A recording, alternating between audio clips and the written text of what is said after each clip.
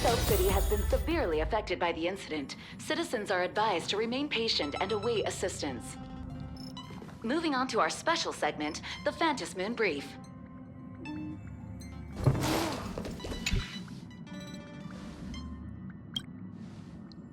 You're back! The incident that happened at Full Wish TV is causing a huge stir. Come watch the news! Hello, everyone! Welcome to our brand new segment, the Phantom Moon Brief. I'm your host, Poofy. Hi, everyone! This is your old friend, Snowy! Well then, as the Phantom Moon games reach a boiling point, and for reasons that need no explanation, we are now joining Duo-Mention TV to bring you live coverage of the latest and most critical news updates. Yes, we are! And after the director of Full Wish TV and sponsor of the Research Society of Happy Smiles, Full Wish announced that she was joining the Phantom Moon Games! That terrifying tragedy of 15 years ago once again swept through the Psionic Game! The supplicant debate, slated to take place at the Seafeld TV tower, was cut short when out-of-control Imagine known as Joy Ascendants appeared suddenly and launched an attack. This Imagenesis plague centered on Seafeld City spread rapidly. Even Full Wish herself turned into a monster atop the Seafeld TV tower. As of the latest reports, nearly 200,000 human and Imagine inhabitants across plain Arcadia have been affected by the plague. Countless individuals are injured or missing, and total losses are estimated to have reached 8.6 billion credits.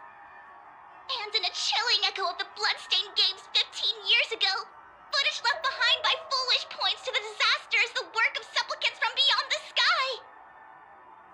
She identified the culprits as the famed cosmic hero, the Trailblazer of the Astral Express, and the wanted criminal, Stellaron Hunter Blade, claiming they were responsible for the tragedy. But a spokesperson for the Department of Aberration Defense said the disaster was planned and executed by Full Wish herself through her organization, the Research Society of Happy Smiles. They added that the investigation will continue and the organization will be shut down. Oh, how familiar that sounds. 15 years ago, they made the same excuses. What is the real story behind this? The Phantom Moon Brief will continue to keep you updated. Over 500 years ago, a prophet made a prediction. In year 1999, a terrifying devil will descend from the sky. Will this prophecy come true? Can plain Arcadia safely make it through this crucial year? We will have to wait and see. Shame on them. How can they just say things like that on TV when it's not even confirmed? And the internet is flooded with fake news about you too. Also, those two hosts, weren't they from Full Wish TV? They were spreading nasty stories about you on the news before.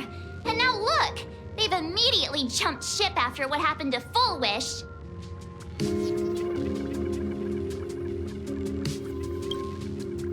I'm happy you made it back safely. But somehow, you just don't seem quite the same. Oh no. You're trying to grow up and leave me behind. Don't tell me you're becoming the next Don Hung. No!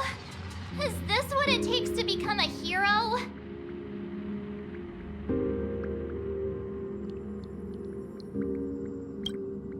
If you're all grown up and serious, we just can't click like we used to anymore. Oh, right. Tell me about what happened at the TV tower. I've heard Don Hung and Sunday's side of the story, but I haven't heard yours yet.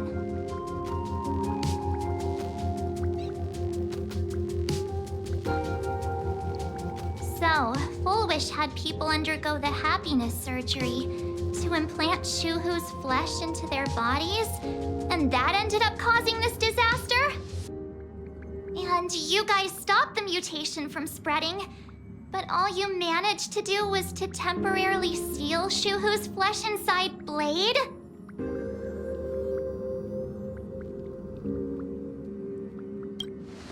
And then mentioned that Nessia, the one we met at Star Rail Fest, is actually the Phantom Moon Games arbitrator? No wonder she could draw a mask for you. And she also asked you to go deep into the world in Canvas to warn, who was it again?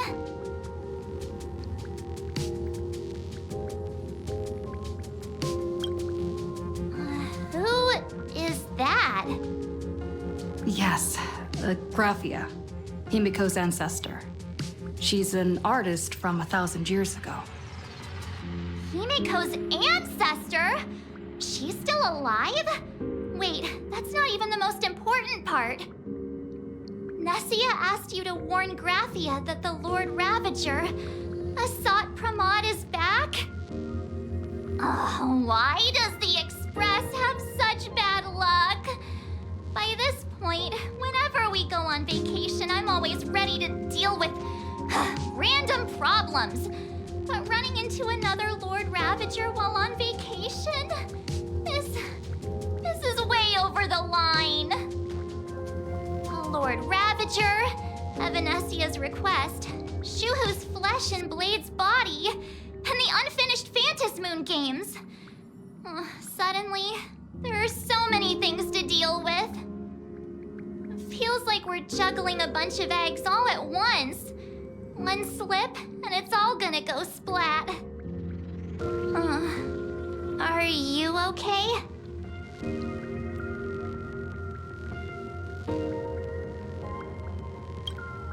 I wish I were as calm as you. I'm gonna go take a minute and collect myself. So many things to deal with right now. Oh, what should I do next? Nah, I've had a long day. I should just get some rest.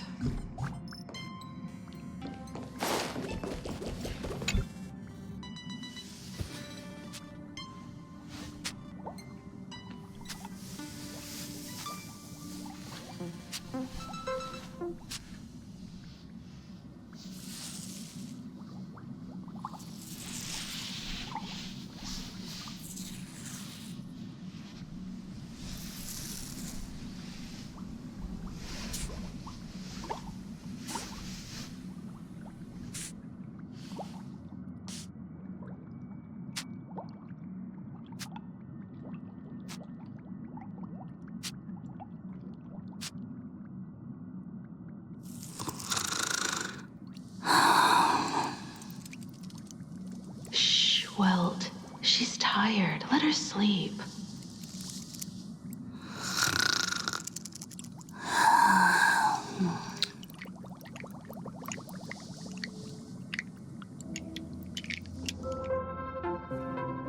You're obviously tired. I never thought this vacation would become the prelude to yet another major war.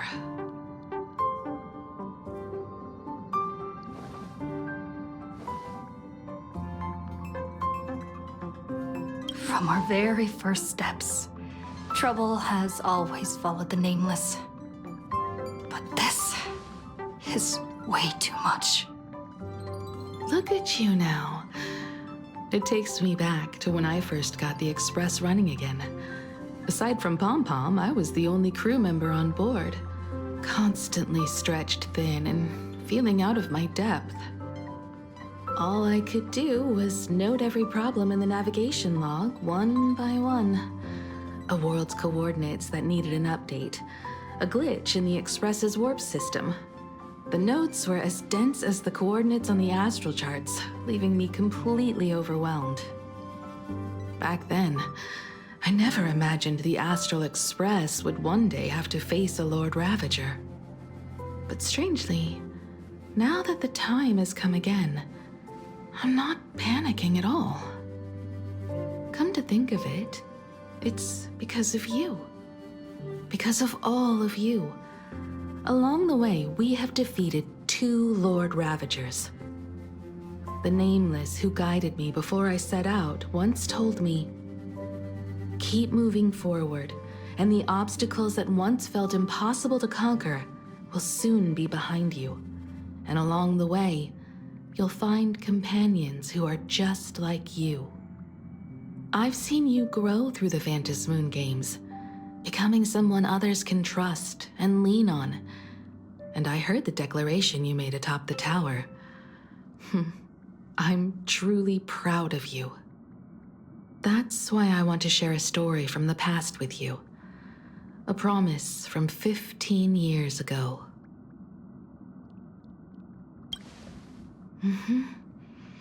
I promised someone that when the moon over my hometown was full again, I would go back to see her, to let her know I had made the most of this borrowed life, and found companions I could trust with all my heart. I want to share this story with you all. The story of how my journey began.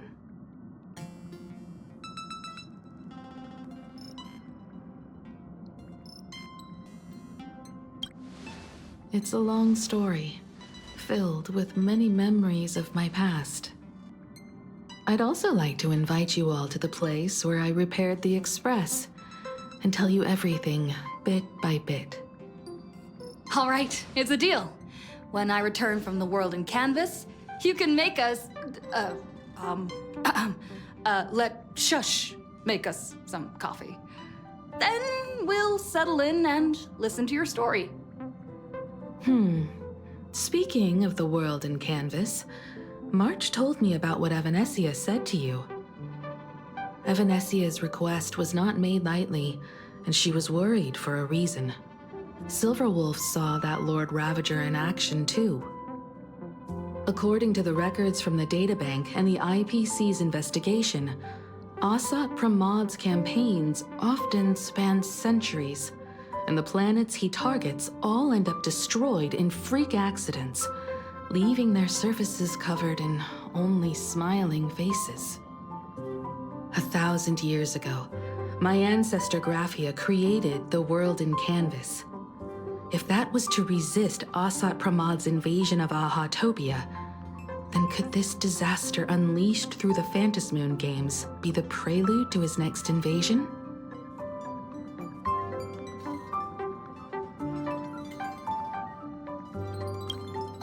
That's the first of many mysteries. Based on our family history, we are clearly not descendants of any long-lived species. Quite the opposite. The weathering curse has shortened my family's lifespan for generations. What could my ancestor have gone through to still exist today? That too leaves me deeply curious. There are far too many legends about her. It's hard to tell what's true and what's not. Only two things are beyond doubt. First, during the Cinderth Age, she created countless Imaginae and sent them into battle against the demon legions from beyond. Second, near the end of one of the Phantasmoon games, she created the world in canvas to shelter inside it what was left of civilization and life. Which means she is not only familiar with Asat Pramad, but has also witnessed the manifestation of the Eon of Elation.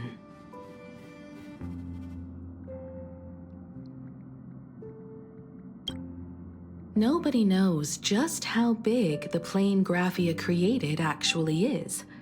Over 140 years ago, the IPC tried to salvage the world in canvas, but they were only able to reconstruct part of it in the real world. That portion became what we know as Plain Arcadia. Legend has it that Graphia used a vast ocean as her canvas and channeled the power of elation to step into the painting, which means she has not only seen Asat Pramad, but has also seen the Eon of Elation descend in all their glory.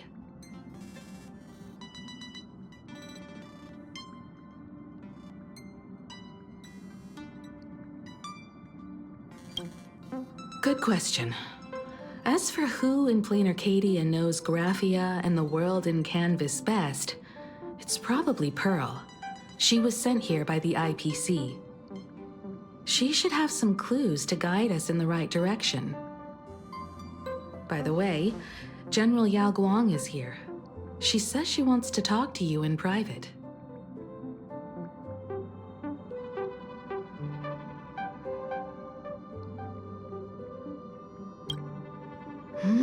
I'm not sure if she comes with good news or bad news.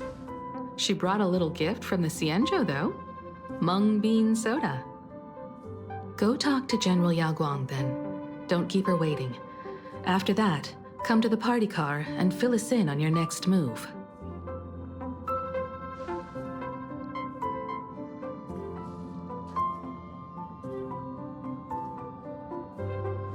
Nice to meet you, Ishvara. I always thought that the arbitrator, Evanesia, would step in and punish Foolish for the disaster she caused.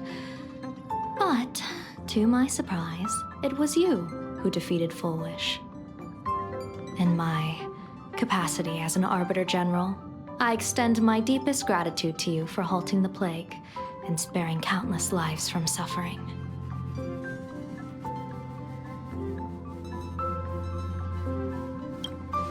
What I am about to tell you is something Evanesia risked breaking the rules to share with me. Please keep it a secret. Not a word of this leaves the Express. Sealed within Ahatopia's core is Ouroboros, the Veracity.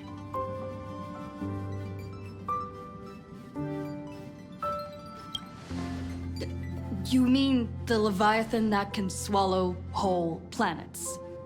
That Ouroboros the Veracity? Looks like you know a thing or two about Ouroboros. I've seen that terrifying thing in Herta's simulated universe. Rumor has it, they were last seen during the era of the Swarm disaster. They were hardly there to aid the Swarm, but rather to attend a cosmic-level feast, in which the Swarm served merely as appetizers, and the planets they passed were devoured as the main course. No one expected them to be here of all places, sealed away on this very planet after vanishing for years. The true situation remains unknown. But with this information, we can understand why Asat Pramod set his sights on this world.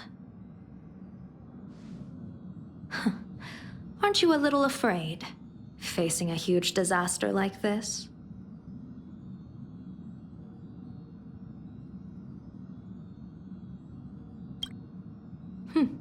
That's impressive, Ishvara. No wonder you survived the calamity of Iron Tomb. Fortune follows when fate hits its lowest ebb. Every crisis comes with an opportunity.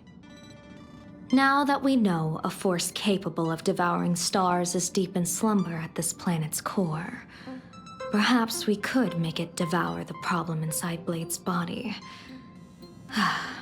It might just be a risky path worth taking. Blade has agreed to my proposal and will venture into the world in canvas to seek out the Veracity. From what I've heard, you are going there as well. I cast a divination, and the hexagram shifted between the marsh and fire trigrams, yielding the judgment. Heaven and earth are separate and apart, but the work which they do is the same. In other words, though your paths may differ, they are destined to intersect.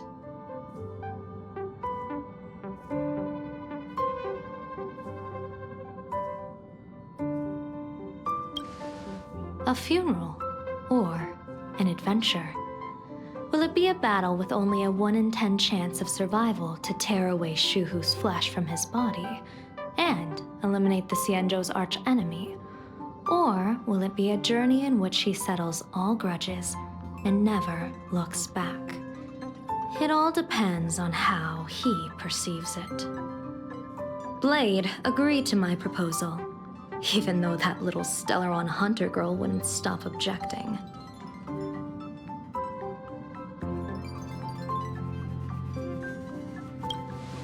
Betting? No. I don't see it that way.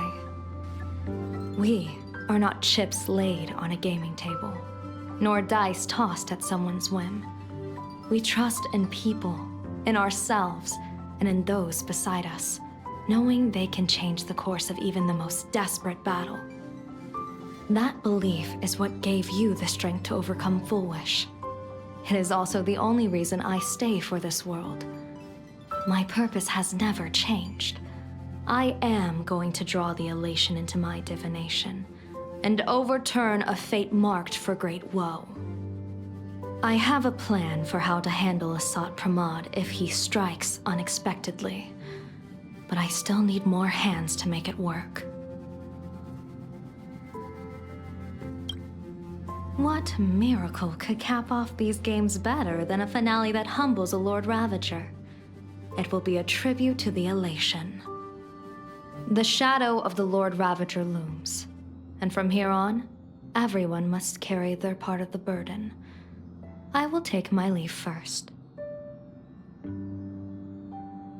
Before I set out, I still want to say a few words to everyone.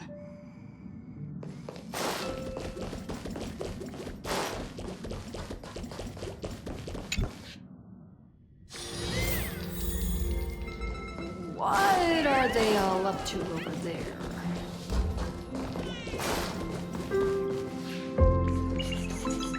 Oh, there you are. We were waiting for you.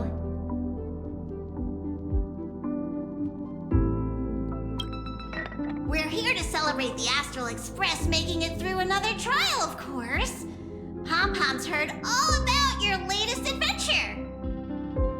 It's a modest celebration, but a meaningful one. You stopped Full Wish's scheme, and that is no small achievement.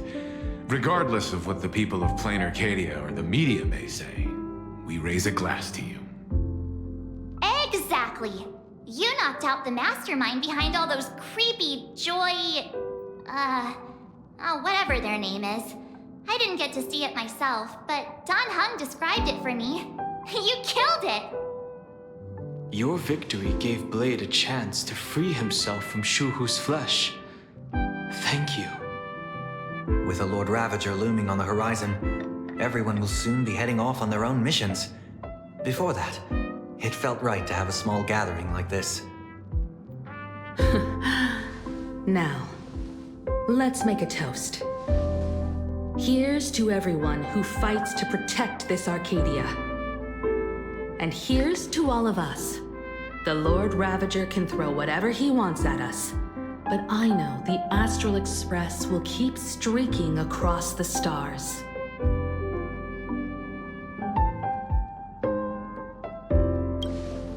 Thank you. All of you. Having you by my side is what gives me the courage to face the future. I'll carry this strength with me through the rest of this journey. Cheers!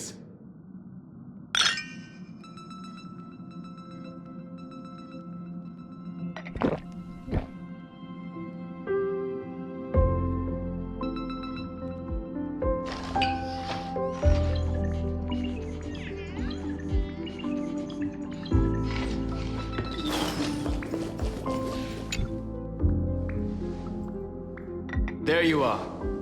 March and I were talking about you.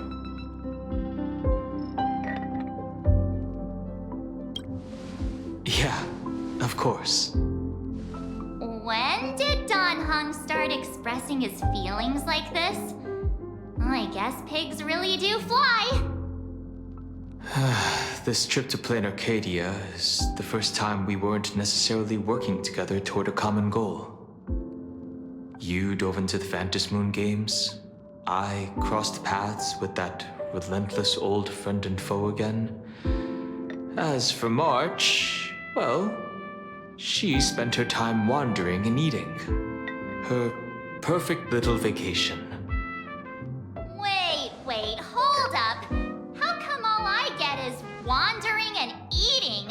I grabbed plenty of comics as well.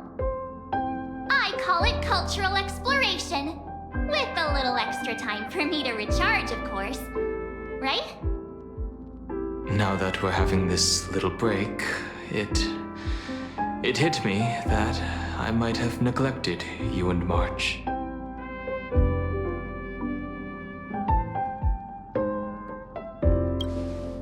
Yeah, we are actually more concerned about your condition, Dan Heng. Blade has accepted General Yao Guang's proposal. Perhaps he has finally moved on from past grudges and that abundance curse, and is now ready to do something for himself. It's going to be a path fraught with danger, so I had hoped to accompany him for a bit longer, but he refused. From now on, I will turn my attention to this world.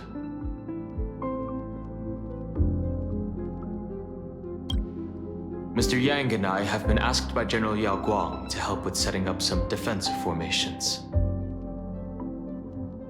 I've got work to do too. Mr. Ashvale wanted someone to accompany him to the tavern to investigate clues about Asat Pramod. Yours truly figured she'd been resting long enough, and it was time to stretch her legs. So I volunteered.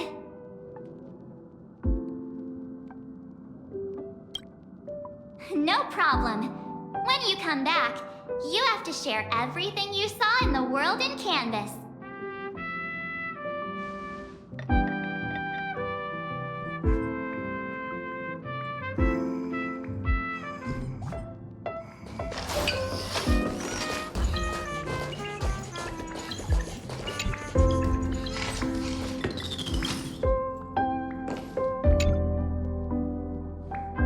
Just in time.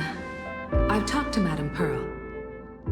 She will handle all the arrangements for your passage, so you can enter the world in Canvas to find my ancestor Graphia.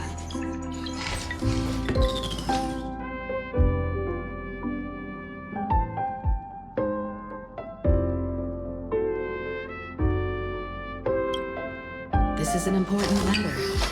Furthermore, your journey gives her the chance to uncover something she's been yearning to understand for years. The secret to Graphia's art of imagenesis. Once you've fully rested, you may make your way to the dock in Seafeld City. Madame Pearl has a special ship waiting for you there. It will take you to the border between this world and the world in Canvas, a place known as Inkford Hermitage. That's your final stop before entering the world in Canvas, a place to gather your supplies and rest up before you set out on the journey ahead.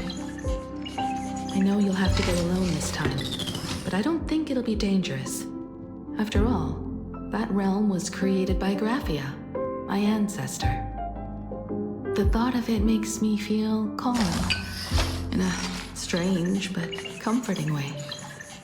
If you get to meet her, please give her my regards.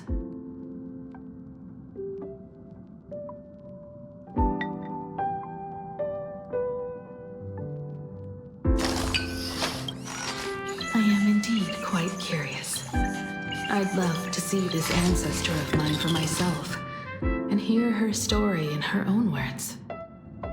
But someone must stay here and keep watch. Madame Pearl wishes to confer with me and General Yao Guang about our next steps in dealing with Asat Pramod. So I'll be entrusting this mission into the world in Canvas to you. Go ahead. Set out once you've rested up. I'll be here with Welt and the others, awaiting good news from you.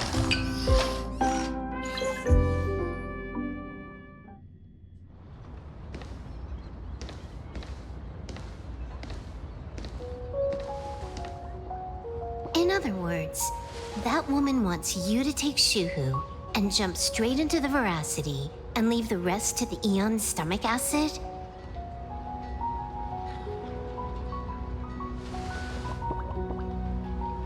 And this is between me and him, right? Why are you tagging along? Relax. I'll say my goodbyes and be gone. A dignified funeral, If you ask me, this ending is indeed grand enough. I don't care about any of that. There's only one thing I care about. Does he have to die? Here's a piece of advice, little cub. Whether he lives or dies is his choice. That's the one thing you don't get to decide for him.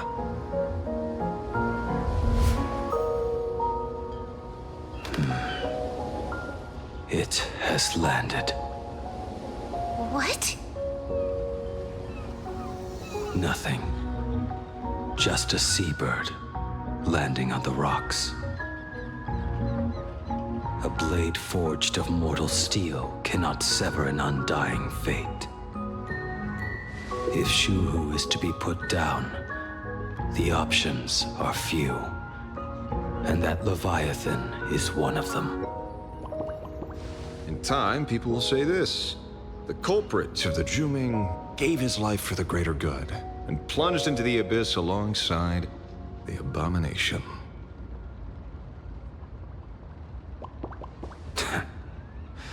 I'm not as noble as you make it sound. Many years ago, you invited me to join the Galaxy Rangers. I refused for one reason. I'm a petty man. I was never born to carry some greater good. This is between Shuhu and me. Nothing more. Can't argue with that. A Galaxy Ranger through and through. Well then, I won't say anything more. Blade, you sure about this? For years, death has clung to me like a curse, etched into my bones. If there is a chance to make a god feel the same pain, I would do it, even if this body is reduced to ash. As for everyone else, there's no need to drag them into this. We'll proceed as Yao Guang proposed. Bury Shuhu at the end of the world in canvas, taking me with him, and let the veracity dissolve us both.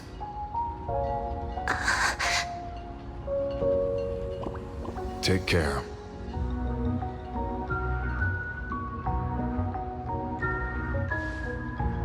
How about you stay as well?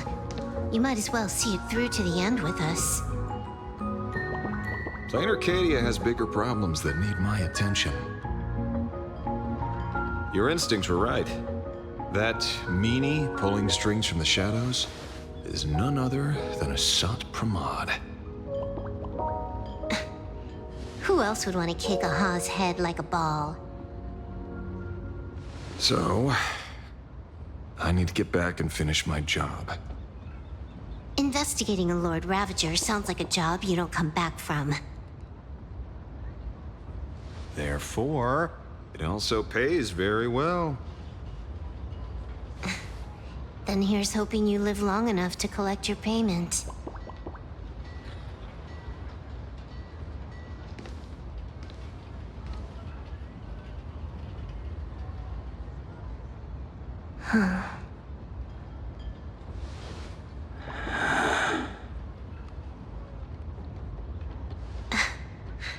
Every time, when it's just the two of us, you go quiet. You know what I'm going to say. The seabird's flown off. It's time for us to go too.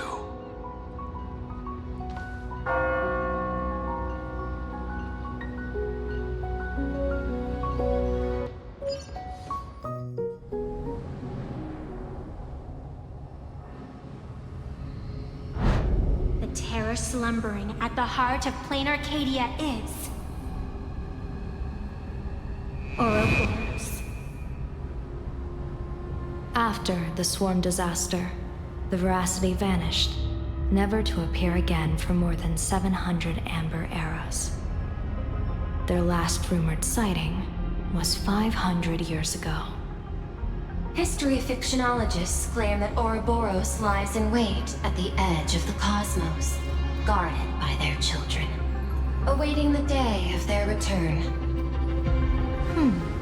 I've heard that story before, but it wasn't about the edge of the cosmos. It was Pier Point. They say that the preservation is nothing more than a facade, and the IPC is, in truth, a cult devoted to the veracity. Organic life has quite the imagination. They've said other things, too. That Louis Fleming seeks to ascend as the Eon of Wealth. That the Council of Mundanites are mere hounds of Dr. Primitive. That the Marketing Development Department colludes with the destruction, turning a blind eye to the spread of Stellaron's. Such rumors are endless. I believe the General should be able to tell which are true and which are not. I've never heard the last one, so let's assume it's the only one that's true.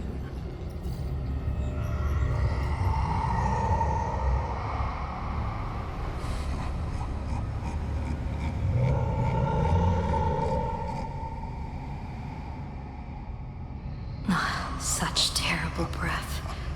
Once this Leviathan awakens, the Arcadia's destruction would be all but instantaneous.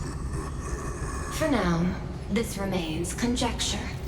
The sealed remains appear to be a husk that Ouroboros once shed. Why it's here, and how it's connected to the elation, remain unknown. Yet even a fragmented remnant of an Eon is a threat that can't be ignored. The calamity of the Leviathan must not be allowed to re-emerge in this world.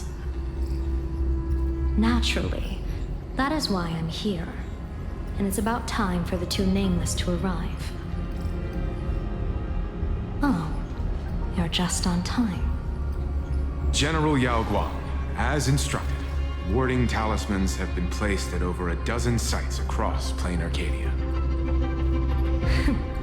My thanks. It was Mr. Yang's talent of creation out of nothing that allowed us to reproduce dozens of plumes and complete the deployment with such speed. Now, with Yin and Yang aligned, and all four aspects in place, as long as we set up the last formation core, the Decalight reflection barrier will be complete. Using the divine eye of the Spiritus to weave a giant web, one that ensnares countless possible futures. General, have you truly made up your mind? Though Shuhu has been eradicated, the signs of doom have not faded. On the contrary, they grow ever clearer. After much consideration, the source can only be this restless corpse. One crisis is yet to pass, and another is already upon us. The Arcadia's ley lines were already riddled with scars, and now even the ancient tree's seal is starting to loosen. While Evanescia is asleep, someone must take up her duty to guard this place. But defending isn't the way of the hunt. If you don't want to become the prey, you must become the hunter. General, do you intend to go on the offensive and suppress the remains of the veracity? How could I? The Joy Seeker could barely confine that husk using the Abundance's ambrosial arbor as its cage. I'm not that arrogant as to place myself alongside the gods. I'm not here to guard against an Eon, but against a lesser menace. Lord Ravager Asat Pramod. This barrier is prepared for him. Asat Pramod has been meddling with the game from the shadows. His intentions unclear. We know little about him or the veracity. By chance, however, a friendly citizen has provided us with intel. Ouroboros' remains are in Ahatopia, aren't they? Silence is an answer in itself. I've seen that reaction too many times. I'm not surprised that you were the first to discover it. You were in the Torn Scroll too. The probability of you noticing was 24%. That's a little low, don't you think? I'd put it at well over 90. What I don't understand is this. There were countless ways to verify your hypothesis, yet you chose the most unconventional one. You bypassed security and broke into the building to confront me in person. What is your objective? This is no confrontation. It's a warning, Madam Pearl. I'm a security officer, and there is only one reason I'm here.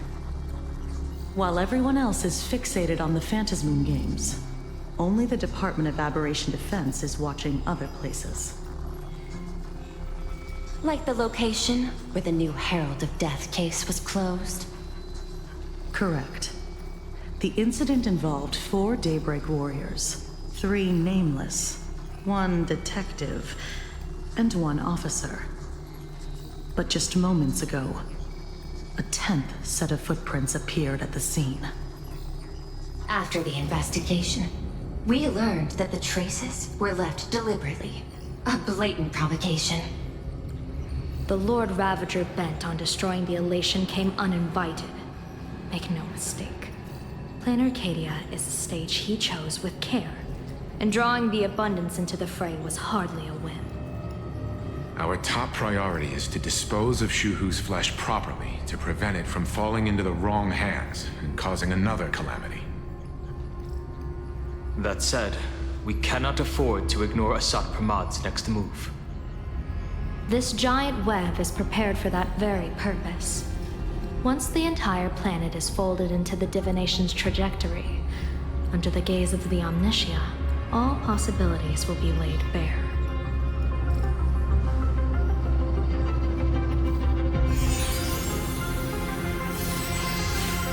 When that time comes, he won't wish to leave any footprints behind.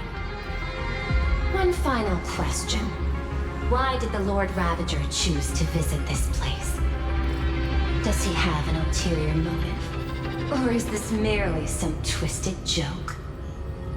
That question should be left to the professionals. Don't forget, we have a detective who can't seem to rest. Let's hope the accumulation of variables can tip the scales in our favor.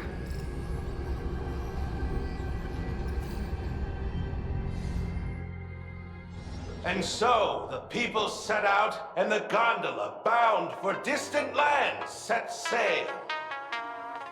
At the end of the world, Elation once again declared war upon the Veracity. Frail little humans! Ouroboros split their mouth wide open! Whoever can fill my whole mouth with but a single thing shall receive a reward, my tongue. The fool known as the Shepherd captured a comet, but it wasn't even enough to fill the gap between the Veracity's teeth. The bartender Baraji opened the wine cellar, and they only grew drowsy, drifting off to sleep. And en route, he crept up to the Veracity's ear and told them a corny joke. The Veracity pondered it for 10 amber eras, then burst into laughter at their own amusement. En route spread his hands and said, "See? I filled your mouth with laughter." Then what happened? Then the Veracity said, "Are you kidding me?" And with that, they opened their gaping maw and tore en route to pieces. What kind of nonsense is that? Those are the facts, my inquisitive auditor. If you want to hear more stories, you're welcome to discuss with your classmates.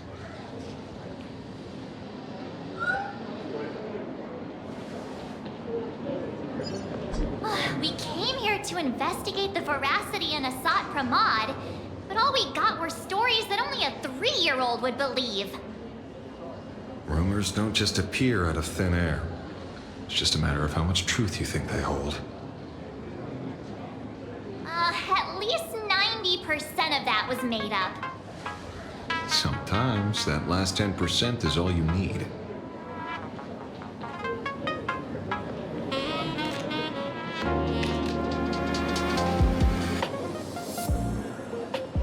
Oh, plenty of bystanders around. Let's hear what they have to say.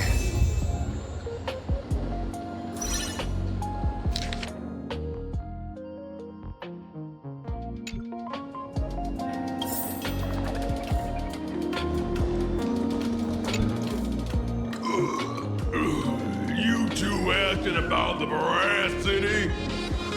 You thinking about walking that path? Walk the path of veracity? Do I need to eat everything in sight? You got it! Kids always dream big. Some are bulldozers, some are monsters, and I am Ouroboros. Yeah, and the man. Ugh, can you talk normal? Stop gulping for air. I swore to become a veracity path strider. I eat everything. Tasty, nasty, anything I could chew. Finally, I pinched my nose and swallowed loose mouth, and they looked at me. Ouroboros? Nah. Very regrettable. Enough already. I'm telling you, it was all bluffing. The fools didn't lose. En route and Dorothy, when the veracity wasn't looking, rolled up her skin like a crepe, snatched it up and bolted. Then poof, they were gone. Even Comic-Con Collective don't got a veracity card. Well, I already filed a formal complaint with the organizers. You should be putting this much effort into your studies!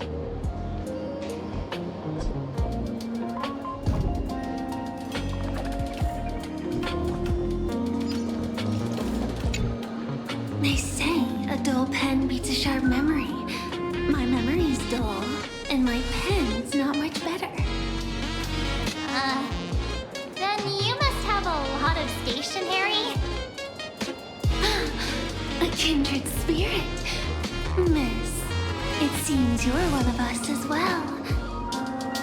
I've met far too many fools who can't even read. Oddly enough, those of us who truly love learning are the rare ones. Interested in studying the knowledge of the laughter? I have a reference book here. You can have it.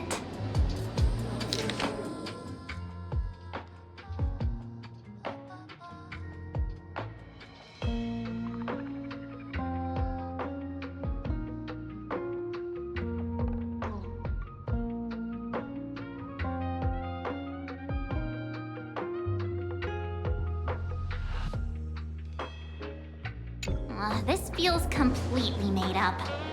But, thanks anyway. Oh, please. Thank the seniors.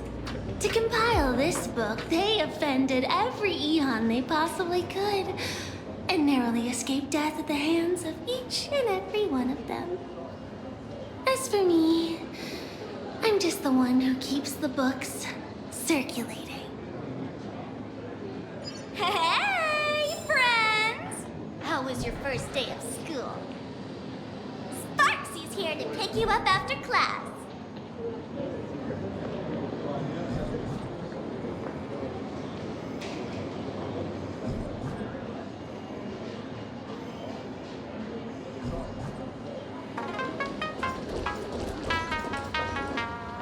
Where were you just now?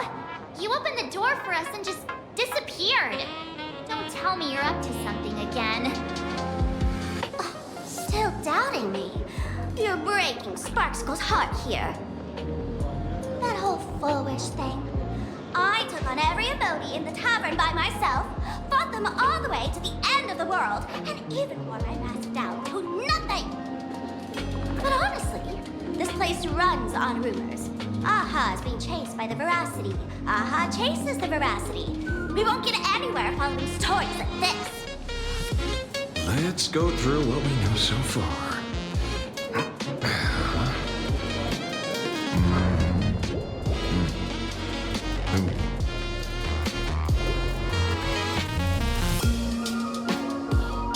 Yeah, it's a complete mess.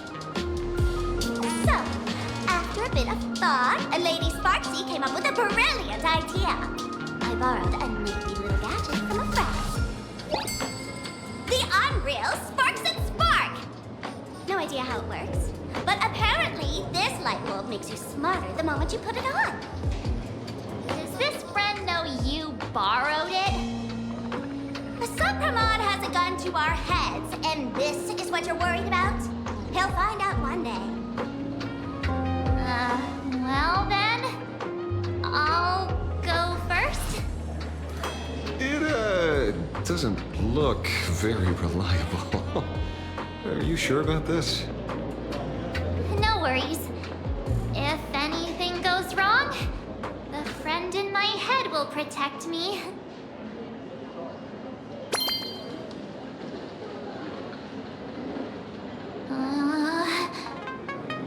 Doesn't seem to have any effect. No, it's working perfectly. I get it now. All of it. No need to dance around. Our enemy is a Lord Ravager.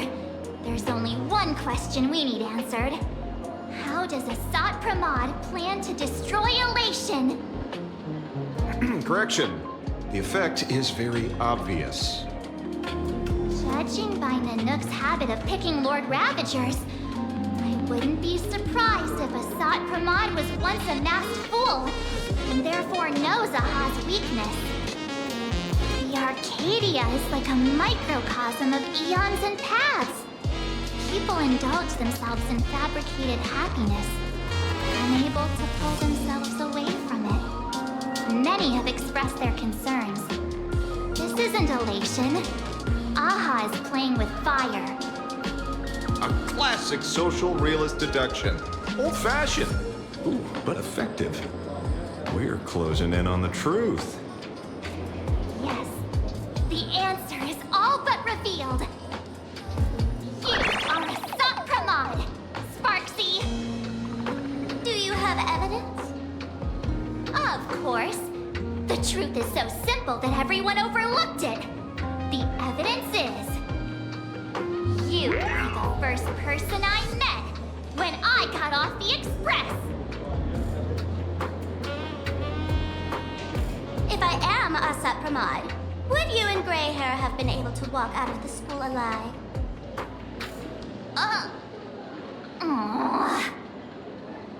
Yeah, fair point. Just take that thing off already.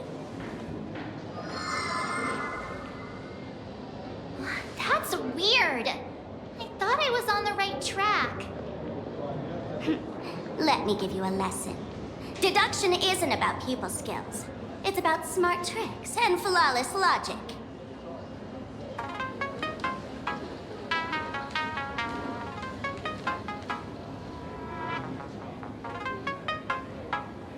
Watch and learn. Sparkle, master of the classic whodunit, has entered the chat.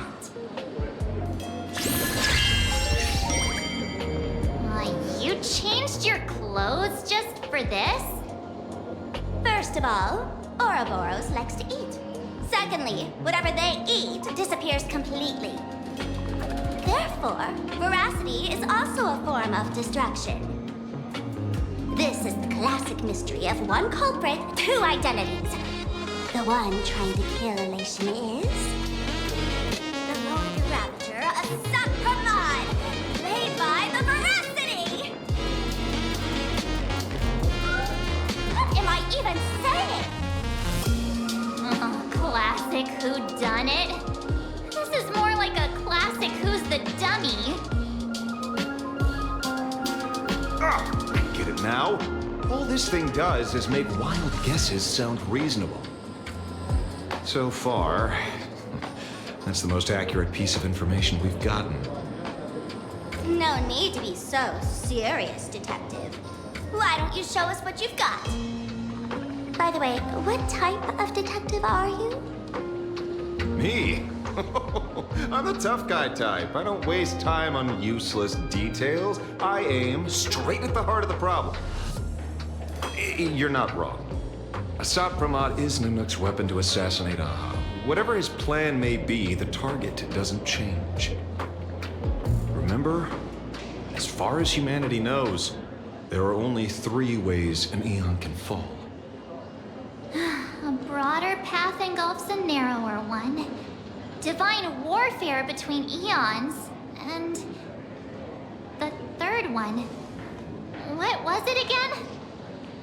Forcing an Eon to turn away from their own path. Whichever it is, none of it sounds remotely connected to plain Arcadia. So, what makes you so certain Sapramod is here on business, not on vacation? Because we folks just dug up one heck of a treasure from underground. And in the stories tied to them, we've unearthed more than a few names worth paying attention to.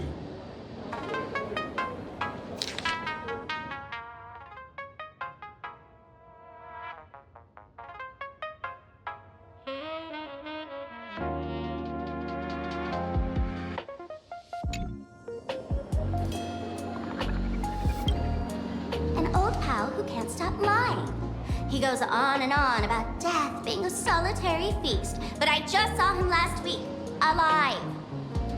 I see you're acquainted. Please, introduce us sometime.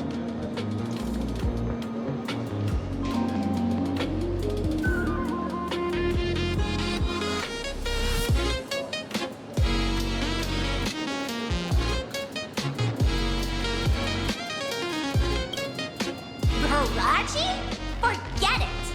He's good behind the bar, but slippery as an eel. Ask him to work for Nanook, and he'd run away on the spot. The former bartender of the tavern, everyone knows him. Couldn't be him.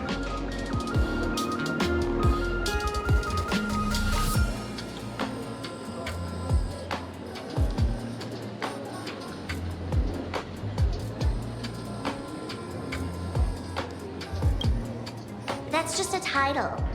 Anyone with a girlish heart can call themselves Dorothy. Between you and me, Director Sparkle used that name once too. Guess when? Looks like this clue has little value to it.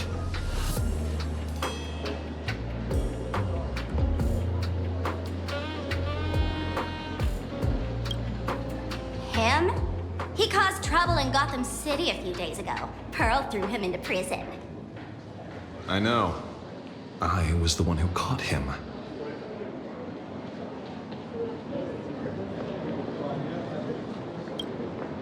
Right. He's the one I can't stop thinking about. The stories change every time, but they all circle back to the same logic. En route defeated the Veracity by some means. You're right. Then who is this en route? Do you know him? En route. Of course she does! Everyone in the tavern knows that name. Long ago, its owner grew tired of jokes, cast aside his mask, and walked away. Some say he became a morning actor. Others say he jumped into IX's black hole. But none of that matters. What truly matters is that you have my unreal Sparks and Spark. I knew it. Give it back, give it back! That's a big order my client wants immediately. What do you mean, give it back? It just wandered off, and I happened to find it on the way, so I brought it home. You want it? Here, take it now. Absolutely not!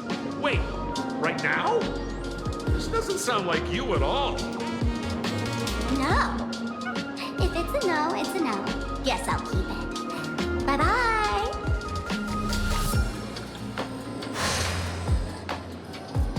Get back here!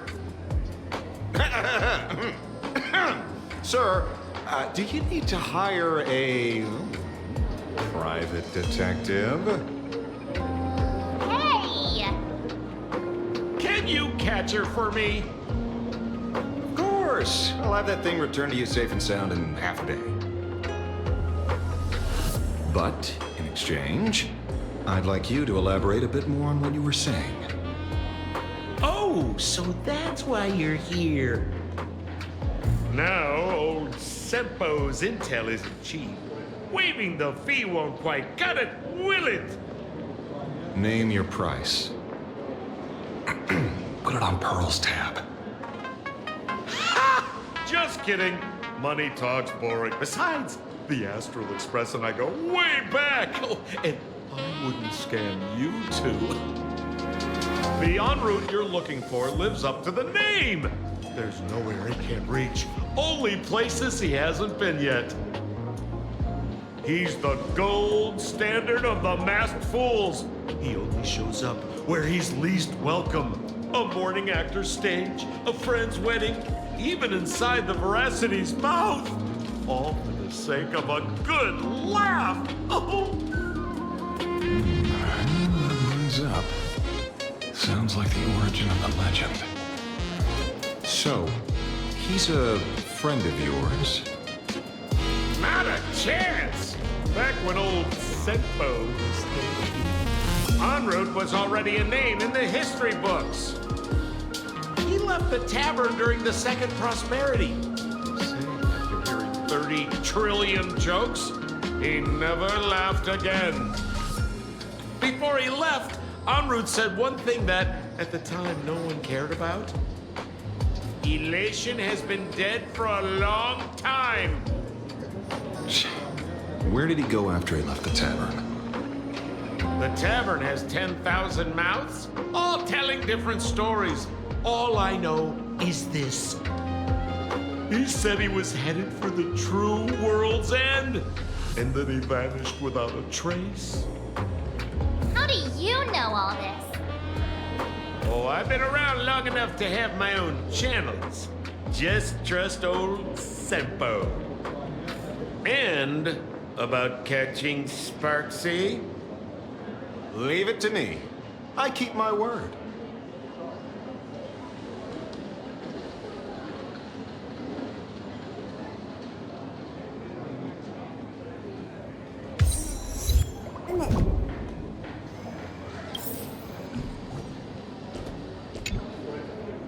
See? You only need that 10% of the story to be true.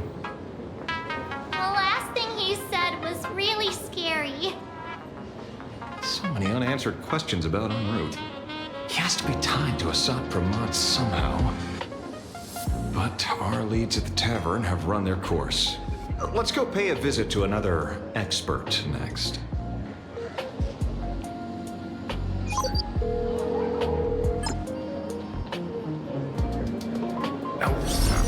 Speak to the devil. Only a Cianjo general could have arranged something like this, I suppose. I'm surprised as well. You've only just left Emporius, and already you've managed to draw the attention of another Lord Ravager. Miss Ron May? And Miss Ting Yoon? We're here by General Yang Guang's request. in time. At first, I only came because the Shenzhou extended an invitation, and it seemed impolite to refuse. Now that I'm here, I see it was well worth the trip. So, let me get to the point. Ouroboros has long been dead. Their death was merely buried beneath layers of secrecy. Hardly surprising. They disappeared after the swarm disaster, and there are many different opinions on where they went. The Intelligentsia Guild claims the Veracity ate their fill and entered hibernation. I don't buy it. Those scholars are fond of post-meal naps themselves, likely just projecting their own habits. You seem surprisingly calm, which makes sense. After all, the shadow in your right hand is evidence as well. Why don't you tell everyone what happened to the Galaxy Rangers back on Von Walk? Von Walk. Sprightly Von Walk. I've heard there's a particular phenomenon that occurs on that rainforest planet. Plants multiply and grow and are then harvested like wild grass. A cycle repeating every few decades. Almost identical to the Phantasm Moon games. But how are the two connected? When you hear plants and growth, shouldn't that make you think of abundance? Huh. Wait. It seems you figured it out. By coincidence, abundance is another thing the two worlds have in common. When coincidences pile up, they cease to be coincidences, Mr. Ashvale. No. Leader of the Rangers, Mr. La Mancha. Perhaps you could explain this to our nameless friend. Back on Von Walk, I'd already long since stopped being a ranger. Your conjecture is basically correct, Miss Ron May. You're not the only genius to take life as a subject of study. By the time I arrived, the atavistic experiment was already approaching its final phase. Dr. Primitive had set his sights on an ancient Leviathan. Beneath Von Walk's surface, there also lay the remains of the Veracity. You stopped him. The Rangers stopped him. Back then, Mr. N was still human. Now, deep beneath Ahatopia, another corpse of the Leviathan lies buried. If I'm not mistaken, there are countless other worlds carrying out the same ritual. Aha sealed Ouroboros' body among the stars, suppressed it with abundance, siphoned the power of the Path of Veracity, and called it a game. This is what people call the Phantasm Moon games. Uh-huh. Why would they do such a thing? You may remember, the Express once delivered a Leviathan's carcass to me. That wasn't the only one in my collection. By arranging remains from different eras in sequence, I discovered something rather intriguing. At a certain moment over 1,000 Amber eras ago, just as Akifili began traveling in pursuit of their ideal, all creations of the Veracity lost the same organ. Their taste buds. What does that imply? The purpose of consumption changed. Be they spawns, depth crawlers, or void-song whales, their genetic markers encoding gustatory organs vanished entirely. Creatures walking the path of Veracity became nothing more than biological black holes, consuming without discrimination. This was not natural evolution. Through the simulated universe, I identified the point of divergence in history. A concept had disappeared from the path of Veracity. Consider this. What do taste buds provide? Yummy flavors? Precisely.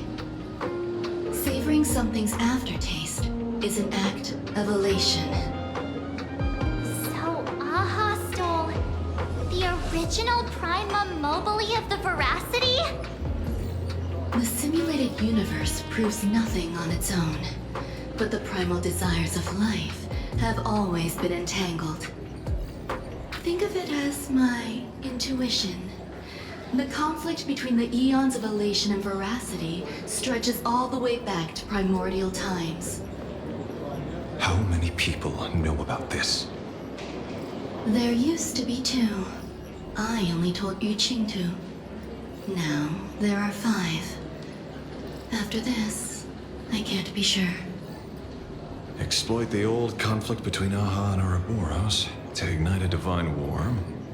Allow intersecting paths to devour one another. Of the 3 known ways to kill an Eon, the Arcadia fulfills at least 2. Now who still thinks Asat Brahman is here on vacation? But you still haven't explained where it came from. Oh, you mean the shadow? It has nothing to do with Funmark. Oh? Call it a twist of fate. This isn't my first encounter with the Astral Express, nor my first time dealing with a Lord Ravager. When my home was destroyed by Zulo, I had a brief encounter with a former navigator. A navigator of the Express? Yes. Starseer, I see. He'd already retired by then. He was the one who told me about the shadow. According to IC, it was one of many remnants left behind when the Express first carved paths along the edges of the cosmos. I led the Rangers to suppress the shadow and devised the plan to assassinate Zulu. But I never learned why it was there in the first place. Don't you find it strange, Mr. Ashvale? Strange? When coincidences pile up, they cease to be coincidences. Like an experiment with results that are too perfect, it's enough to send a chill down your spine. If you don't mind, let's walk through the whole thing once more. Earlier, what did you 2 uncover in the tavern? Someone suspected to be a Sat Pramod knew about the Veracity's secret. Before disappearing, he said he was headed for the end of the world. And then? Who did he say the shadow belonged to? A former navigator. The shadow was a remnant left behind when he charted the cosmos. If the world's end isn't the tavern, then where is it? I don't know if anyone can answer that question. Not even Akivili. Wait. Don't tell me. En route only goes where he isn't welcome. After leaving the tavern, he went to the Astral Express. The detective game is over.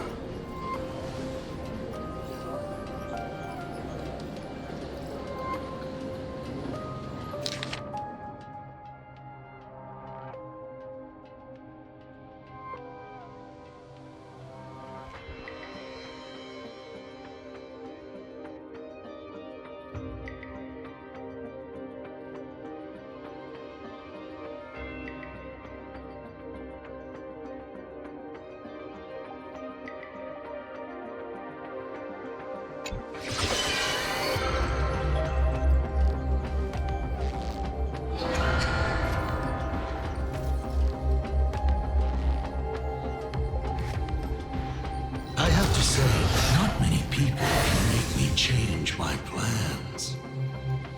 Whether in the past or present, you've always been one of them.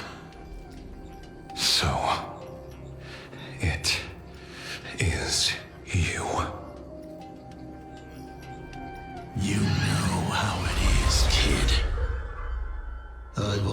always enjoyed arriving uninvited.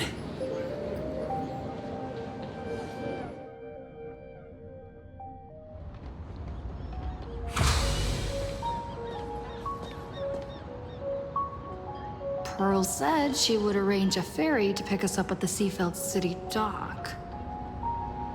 The place we're going to holds clues about Graphia. Really? Your own ticket before boarding and be a model passenger. We wish you a pleasant journey.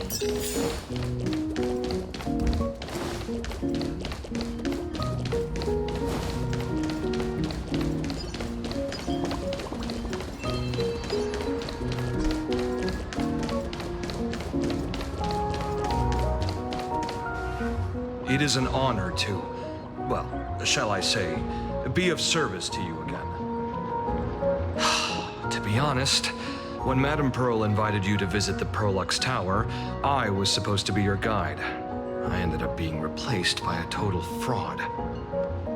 My name is Feld. By order of Madame Pearl, I will be escorting you to your destination.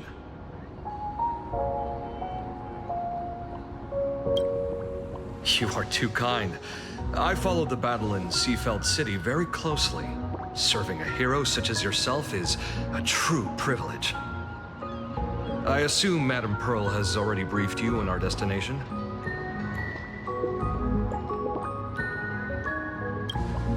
I see.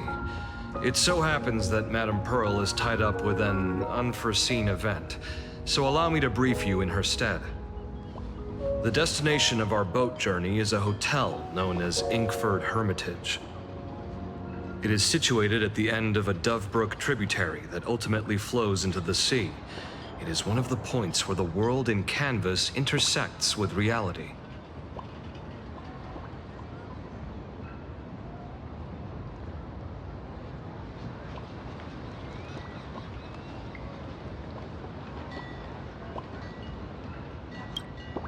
Well, Graphia's former residence was located there. Legend says the miraculous canvassing of the mortal world happened there. Would Madame Pearl, a die-hard fan, pass up a sacred site like that?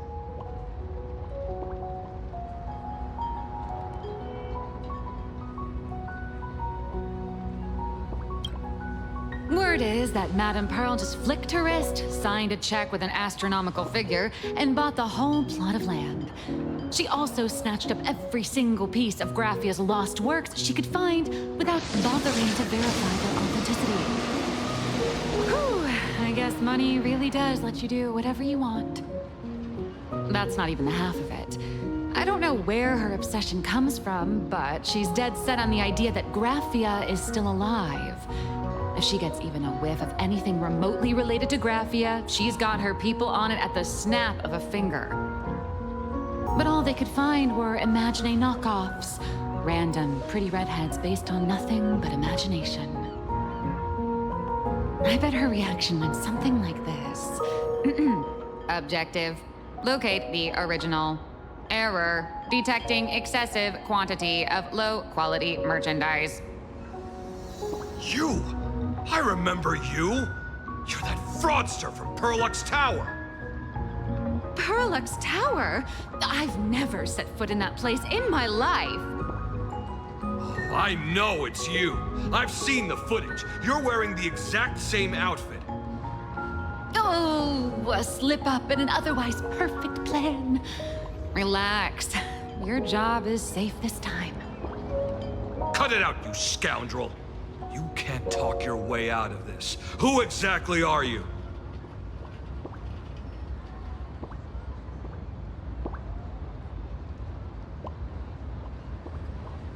This is the author of Fluffy Across the Blue. Blurry QR code. Huh. Is that so? My apologies. How rude of me. Miss Colt, it's an honor to finally see the face behind the work. Please pardon my yelling. I didn't know. No worries, no worries.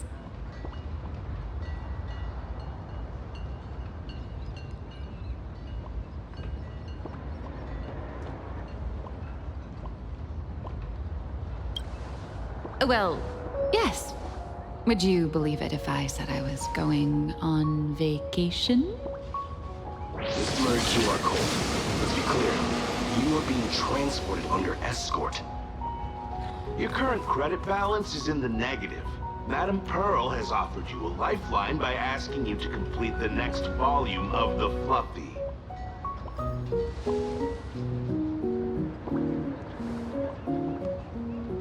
Whoa, this is not my fault. Remember Alloy King Pom Pom from Pearl X Tower? I tried to put everything on Pearl's tab, but she found out and charged it back to me.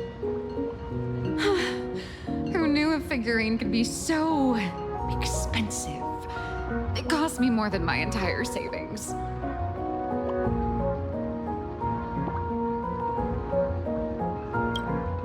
Hey, I pay for my own meals. Is that so shocking to you? Is it? So you're escorting her to, shall we say, an intensive creative retreat? Correct. The objective is to deliver the manuscript and clear her debts.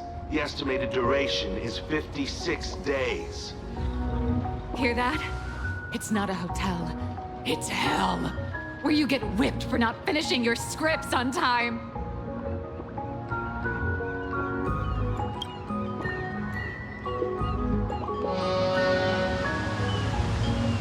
The boat has arrived. When you're ready, let's begin our journey to Inkford Hermitage. Please, mind your step as you board.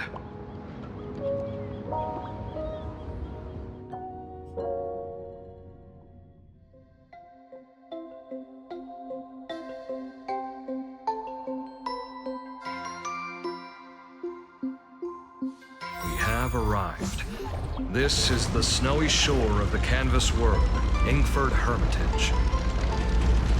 Oh. Are those Wispe floating on the water?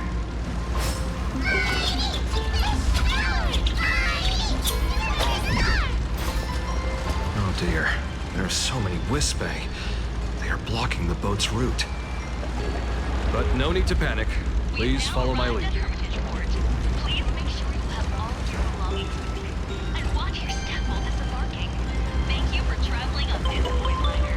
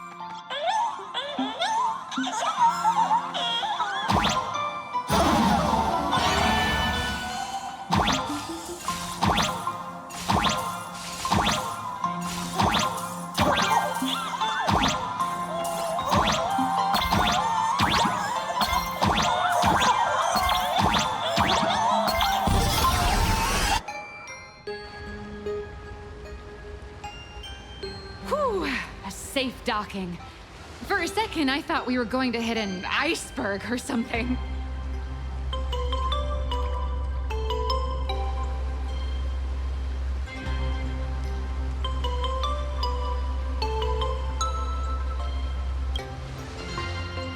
They probably sensed your wish power.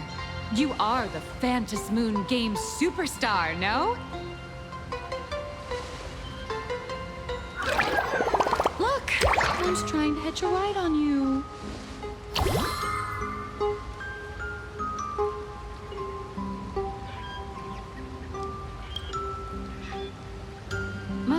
army came ashore.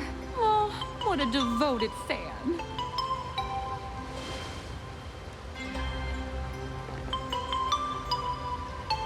Everyone, welcome to Inkford Hermitage. I was imagining a Benzai Tengoku style manor or something.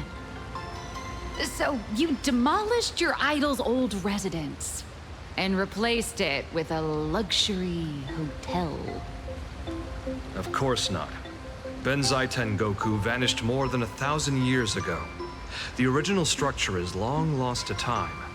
The IPC only chose this location because this is one of the weakest points between reality and the world in Canvas.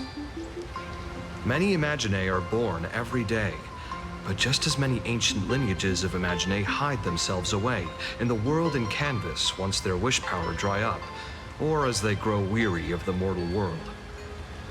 This is the final stop before they enter the world in Canvas, and this is where they bid farewell to reality. They rest here, organize memories spanning centuries, and then pass beyond the point of no return. Rumor has it that Graphia's soul appears from time to time to guide these weary Imaginae on their path. There's a sense of parting in the air.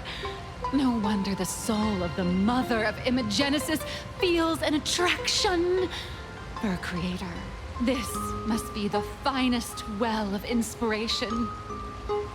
Miss Colt, now that you're in this well too, you ought to make the most of it. Let's go. I'll lead the way.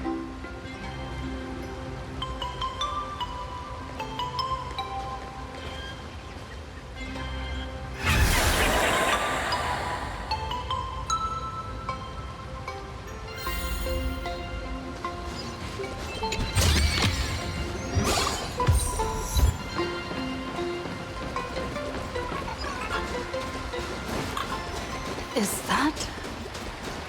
Ah, the golden tree in the distance. We call it Myriad Wish Grove. It's said that it shares the same lineage as the sacred trees on the floating island of Seafeld and the Phantas Moon courtyard. Before entering the canvas, the Imaginae go there to return their wishes, setting out unburdened.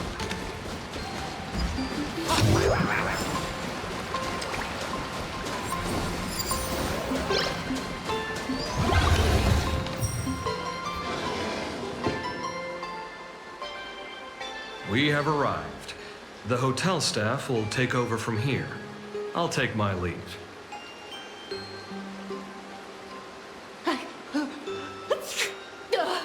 Oh, it's freezing.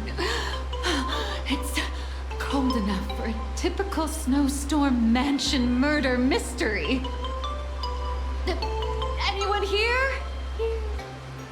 Hello? Honored guests, my apologies for the late welcome.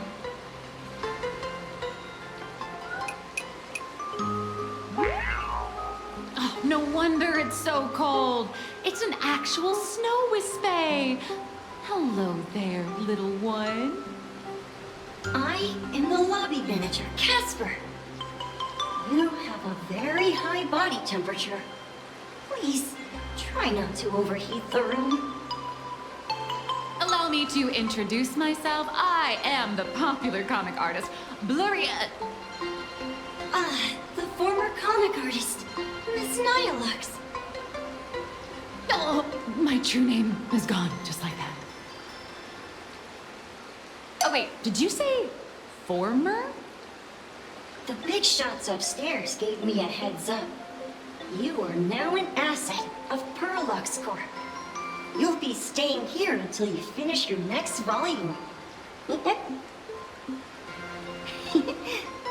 Every guest in this hotel is an Imaginae with quite a history.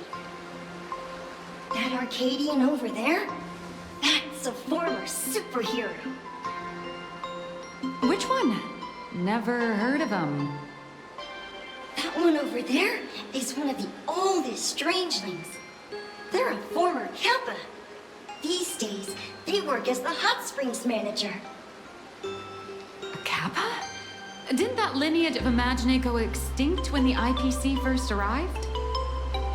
There are still a few survivors that slipped through the net. As for Casper myself, I am a former frost giant.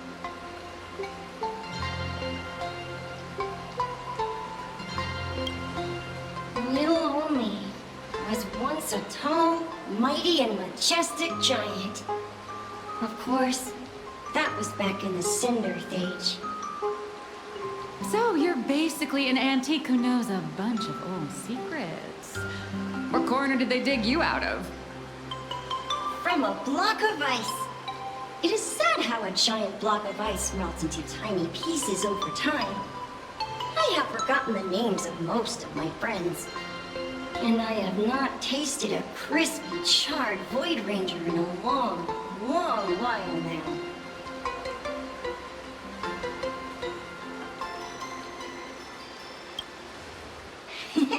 Indeed, another glittering nameless. Another? How's that? That is a secret.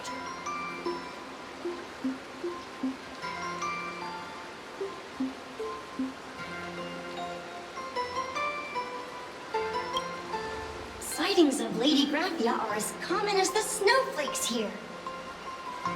Ever since the news spread that her soul would reside at the hotel, all those Imagine who mimic her and the weirdos who insist they have a connection to her have flocked here. You see, they all claim they have some sort of connection to her, or hold some secret about her. I bet they're just trying to scam people out of wish power and credits.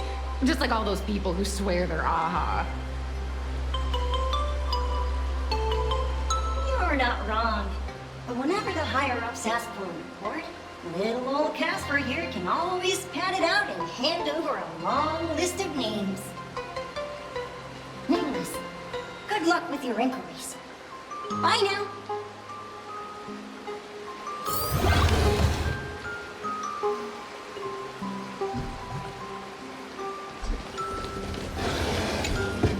So, you're here looking for Graphia's whereabouts on behalf of that Intellitron executive.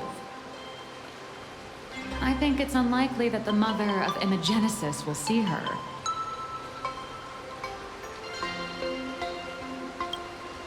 If she wanted to see her, it would already have happened. The IPC has practically turned the world and canvas upside down.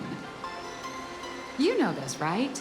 Over 140 years ago, they brought in hackers from Punklord and did everything they could to blast open the passage between reality and the world and canvas. I think disturbing her world and canvas like that must have upset the mother of Imagenesis.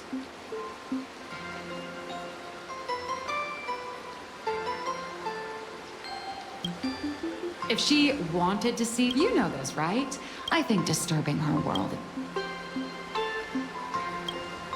A friend of Graphia's?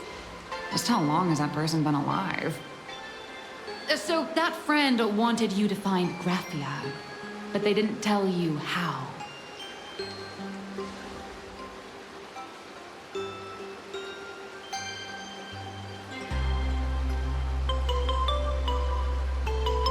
The only thing Evanesia left that could be a token is the mask she painted herself, right?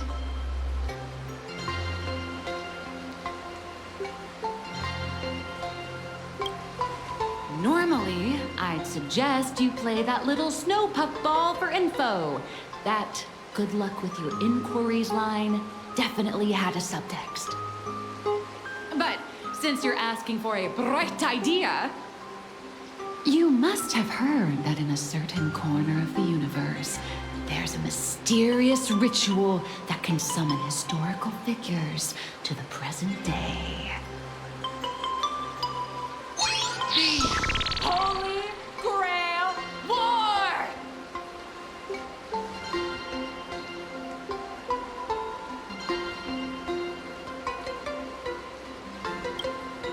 Oh, right! That was your big adventure in Penacony. Oh, how nice. I hope Plain Arcadia holds one too. Then I don't need to explain the method. First, we need a catalyst. Do you have Graphia's brush or palette? Doesn't look like it. No matter, Miss Kalt has got you covered. We use ley line resonance. This hotel is built on Graphia's former home. It still has a connection to her, like that vibrant golden tree.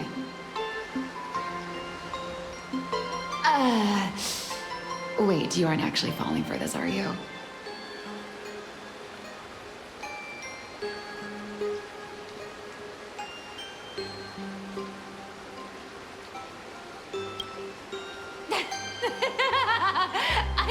I was just... Sorry. I was just trying to lift the mood.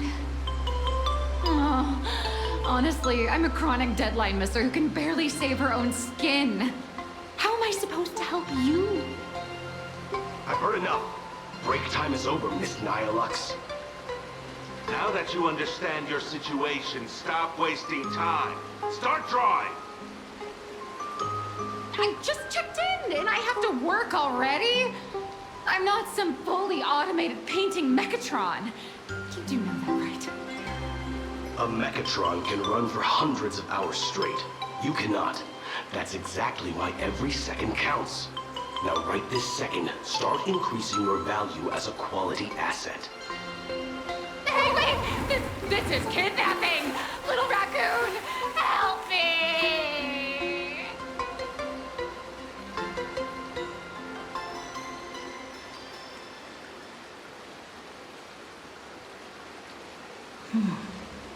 Nihilux has a point. If that Casper guy is a survivor from the Cinderth Age, maybe he really does know something. Anyway, I'll start by asking around here.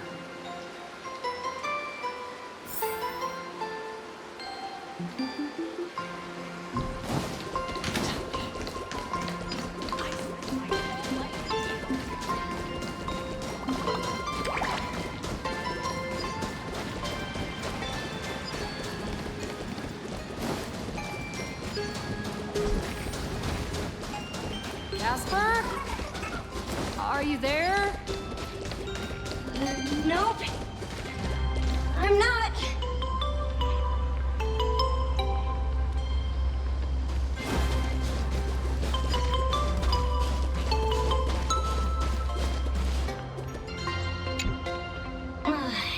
You found me, current nameless. I knew you'd come to ask about Lady Graphia. But if I try too hard to remember things from such a long, long time ago, my soft, squishy head starts to throb, and then I start melting. Drip, drop, drip, drop.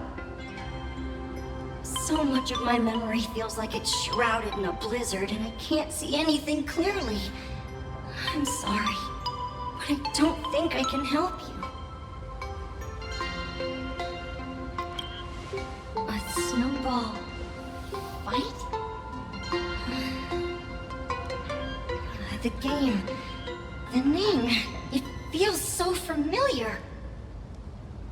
It feels like I had snowball fights every single day a long time ago. Shaping the snow into balls and flinging them at whatever strange intruders came barging in. Well then, come at me, Nameless. I'm a snowball fight veteran. I won't lose.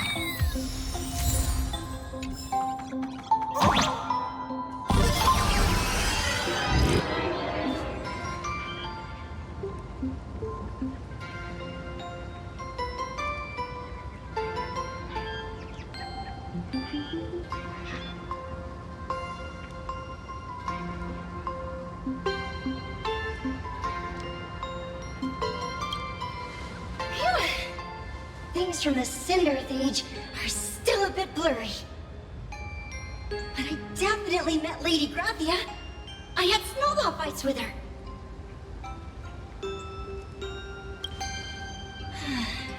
She was a great painter who led us in snowball fights. She'd even paint portraits for everyone. Back then, when we wanted to see her, we'd go to her doorstep, light the ground lamps, and shout, "Snowball fight!" Then Lady Graphia would poke her head out of the window upstairs, unfurl the scroll, and whoosh! Slide right down into the snow. Then we'd have snowball fights against the Void Rangers together, under the giant moon. If we won, I got to swallow the Void Rangers whole. They were so crispy and tasty.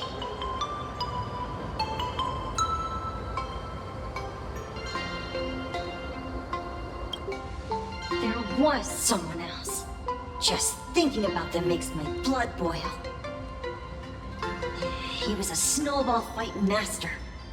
I remember one time, 8 of us teamed up to challenge him. But that guy knocked us all down with his snowballs like it was nothing.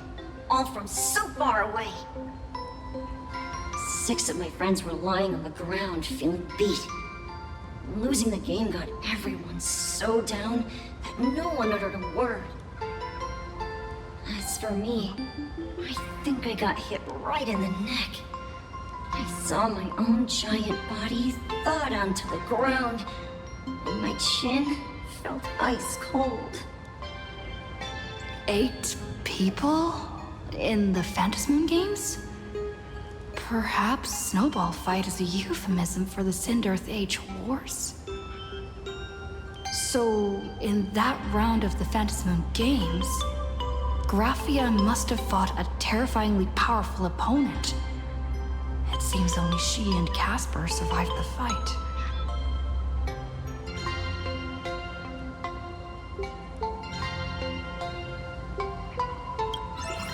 I saw her once. Just once. By then, Ahatopia had already been transported into the canvas. It was so quiet and lonely. I couldn't find my other 6 friends, but I remembered where Lady Graphia lived. So, I went to her front door again, lit the ground lamps, and shouted, "Snowball fight!" It felt like only a second had passed. Just the blink of an eye, yet somehow it also felt like forever. At last, I saw her drift out.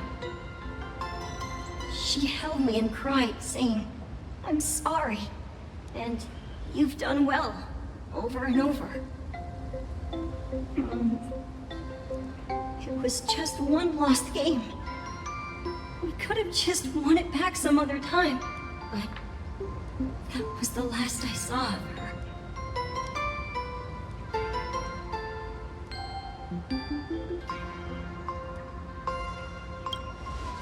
I only shared some memories of a snowball fight. If it helped you, Nameless, then I'm happy. That's about all Casper can remember. If you're still up for fun and games, come find me for another snowball fight sometime.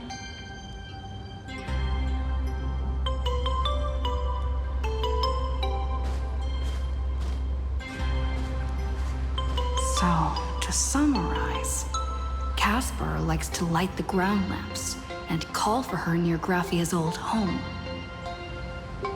Now, where can I find those ground lamps?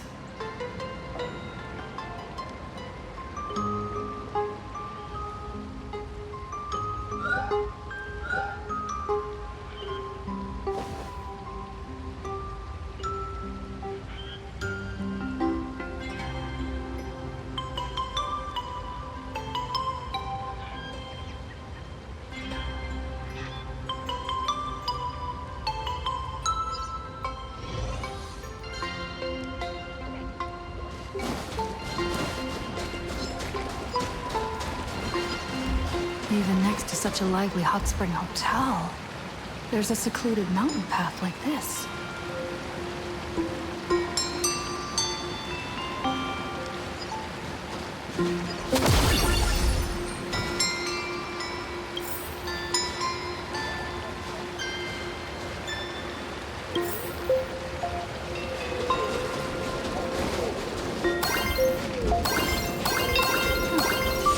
These atonement statues all look like small animals. I should find a prominent spot for the ground lamps.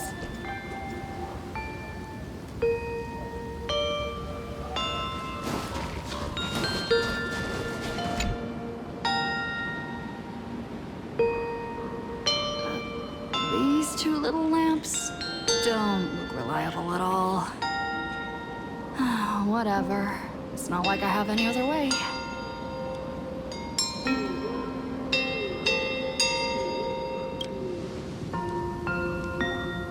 Who dares disturb my 1,000-year slumber? Not only will I refuse to grant you 3 wishes, I shall also lock you in my canvas to suffer in my stead!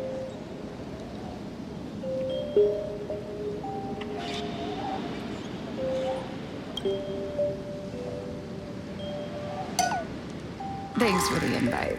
I'm not quite dead yet, but I don't feel alive either.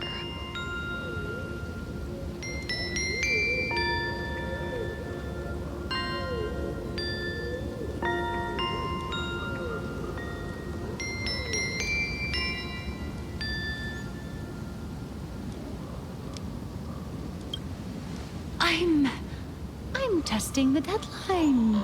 I snuck out. This mountain path is so quiet and secluded. Ooh, what a great spot for a night stroll. Listening to the calming sound of the springs. Who knows? Maybe my inspiration will flow again like these waters.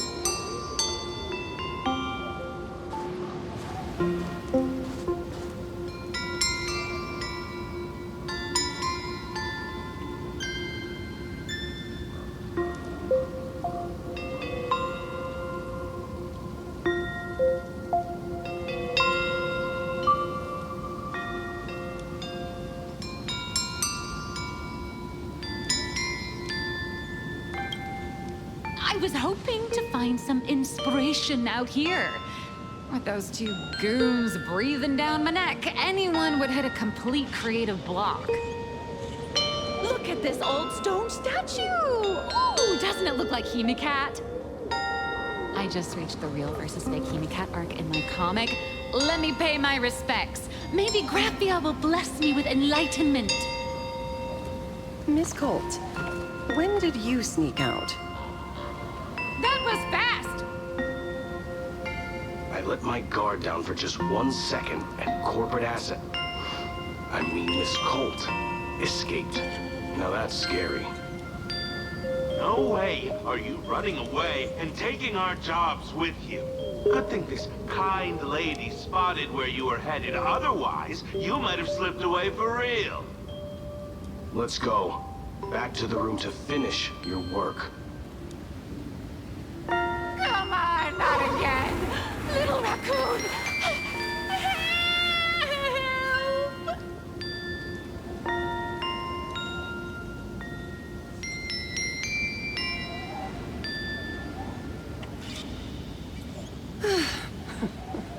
Being an artist sure is grueling. I remember being held in a room and watched by 6 or 7 people, too. I wasn't allowed to leave until I finished painting either.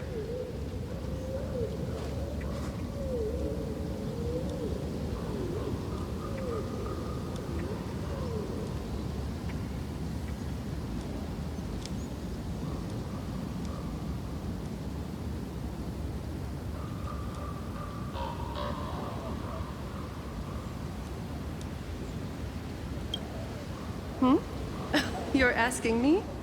Weren't you the one searching so desperately for me? My name is Murata Graphia, guardian of the world in canvas. It is a pleasure to meet you, Nameless of the Astral Express. You're saying you are Graphia? Huh. She really does look a lot like Himiko.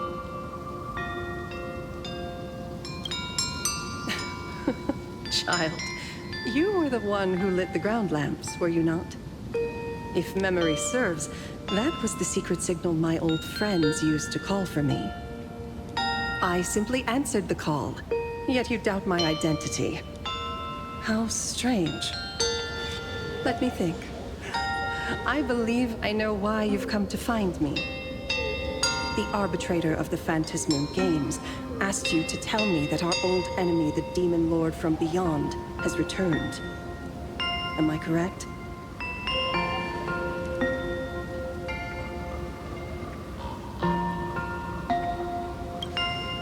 Since Ahatopia's in canvassing, Evanescia and I agreed to guard reality and the world in canvas separately, never to meet again.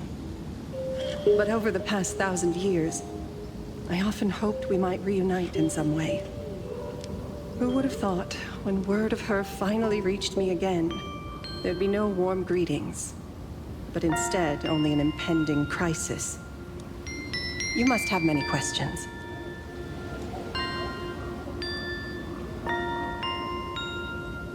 My, you certainly have a lot of questions. But before I enlighten you, during the Sindirth Age, that demon lord from beyond once took the form of a friend to infiltrate the Resistance, causing catastrophic casualties. I must confirm your identity, Nameless. Do you carry a token from Evanescia?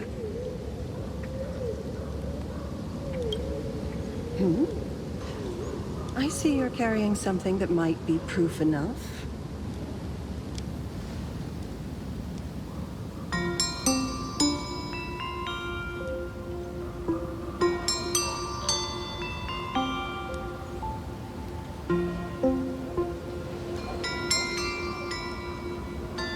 The secrets you seek are many and tangled.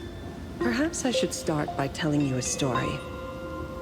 1,000 years ago, the legions of the demons from beyond descended upon Ahatopia, marking the beginning of the Sindirth Age.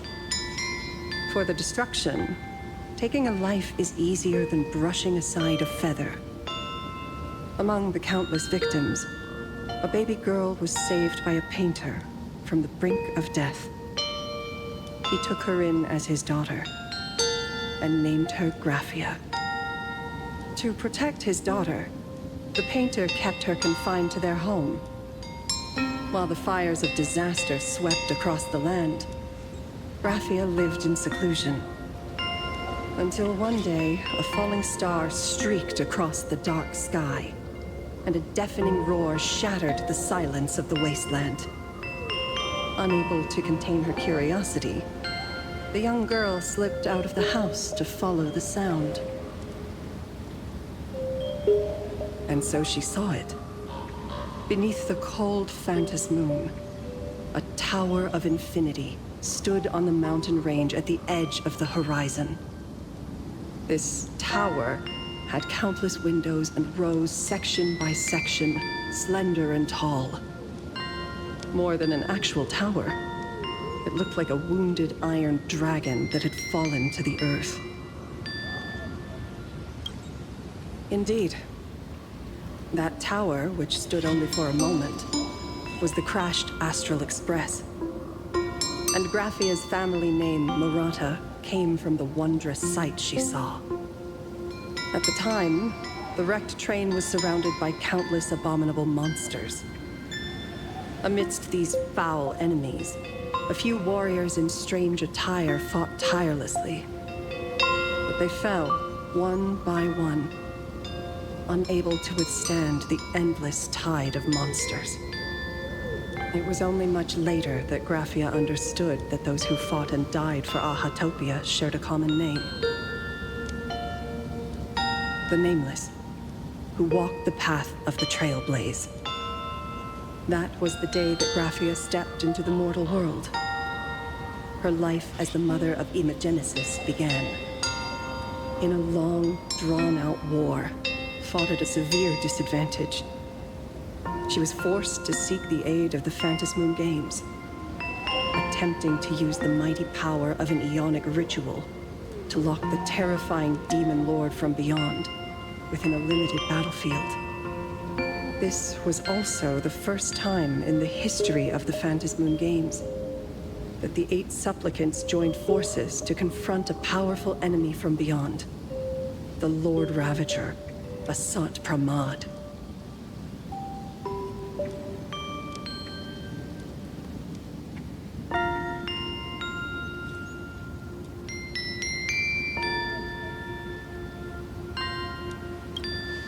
She lost. Graphia did not win the Phantasmoon Games, nor did she manage to kill Asat Pramad. In the final days of the Sindearth Age, she gathered every ounce of wish power to paint the world into a scroll. Using herself as a nail to steady the canvas, she sealed the Lord Ravager outside.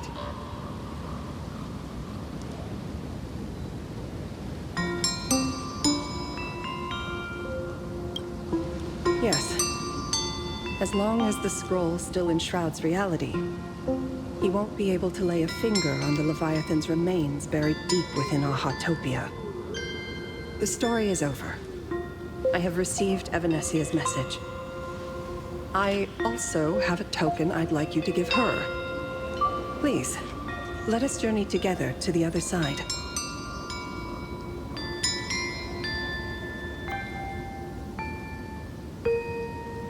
So, are we leaving right now?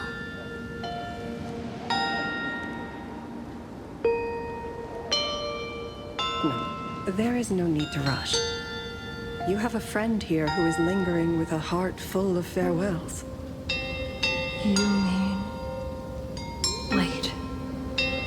Follow this path down to the riverbank of Myriad Wish Grove. You'll find many Wispe gathered there. When you are ready, choose a Wispe. Whisper Graphia's name and your wish to cross over to the other shore. Then release the Wispe into the river. When the time comes, I will bring the ferry to deliver you into the canvas. Graphia vanished? How elusive. Anyway, I should head to the riverbank of Myriad Wish Grove first.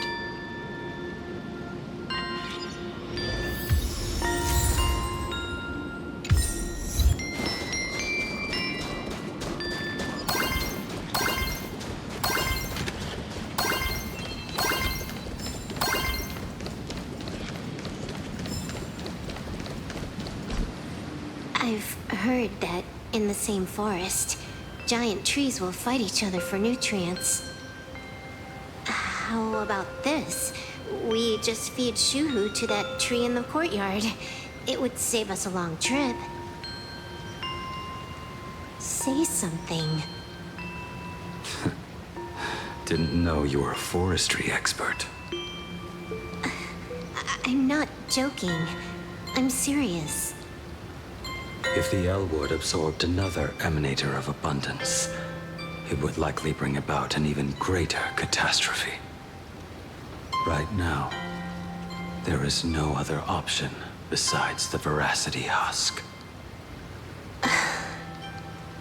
If the abundance grows too strong, the Ambrosial Arbor loses control, and the Arcadia is doomed. If the abundance is too weak, the husk spirals out of control, and the Arcadia is doomed just the same. It's called an Arcadia, but the whole thing is built on a razor's edge. Does that mean the essence of the elation is just dark humor? You're afraid. I'm not. I respect your choice.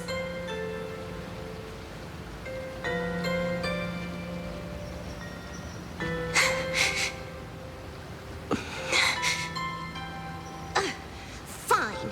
You're right. I'm afraid. So what? You don't think I know what that Xianzhou person meant? 1 in 10 chance? There is no chance at all. Listen, I just can't stand by and watch one of my kin sacrifice himself. Kin. What else? Friend? Colleague? Playmate? The guy who carries my bags when we go shopping? I suppose all of those fit. Fit? How? Sometimes I can't tell if you're actually dumb or just plain dumb. I hear you. Just assume it's the former. Simpler that way. My mind is made up. You should understand. Misplaced emotions will only cause the mission to fail. You really are just plain dumb. To be honest, I'm the same way. If I could see Firefly cured of her illness, Kafka finally finding the heart she's looking for, and that girl reclaiming her future, then I'd be willing to pick up that level 999 cartridge too, even if it means becoming nothing but a shadow of the Dark Zone. Don't. At the TV tower, you already severely overspent your time. Don't touch that thing again. Besides, why are you telling me this? You should tell them yourself.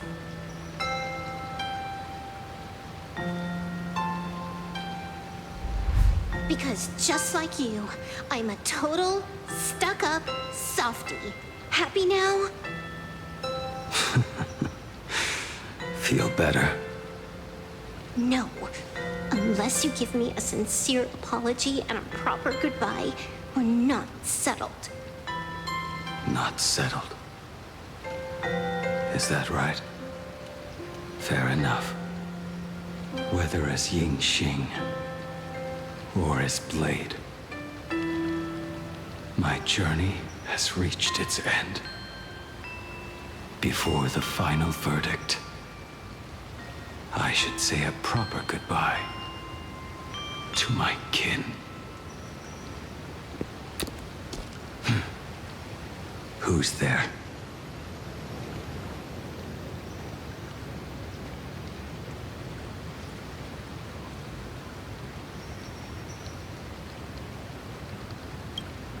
Next time, it'd be better if you didn't try to sneak up on us like that. I knew you would come.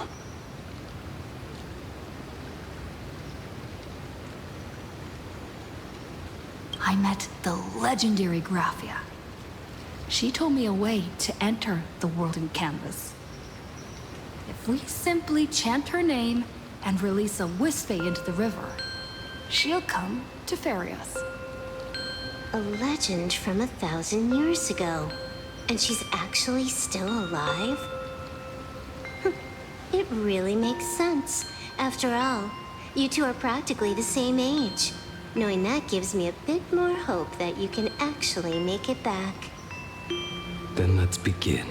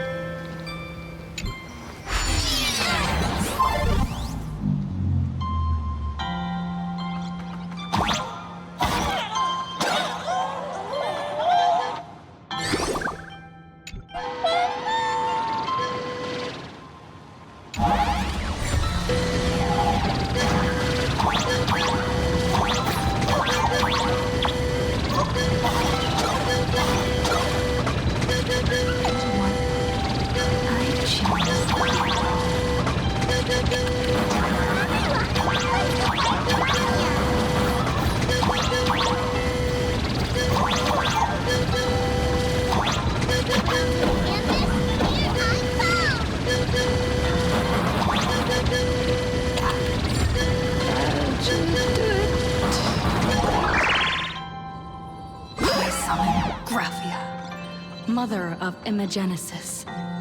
May she come forth and deliver us into the world in canvas. No Wispe were harmed in the making of this operation.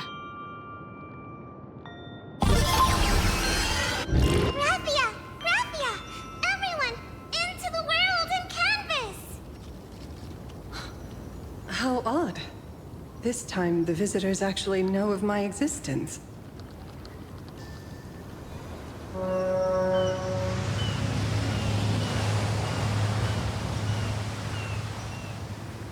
Strange. Why is the boat coming from downstream?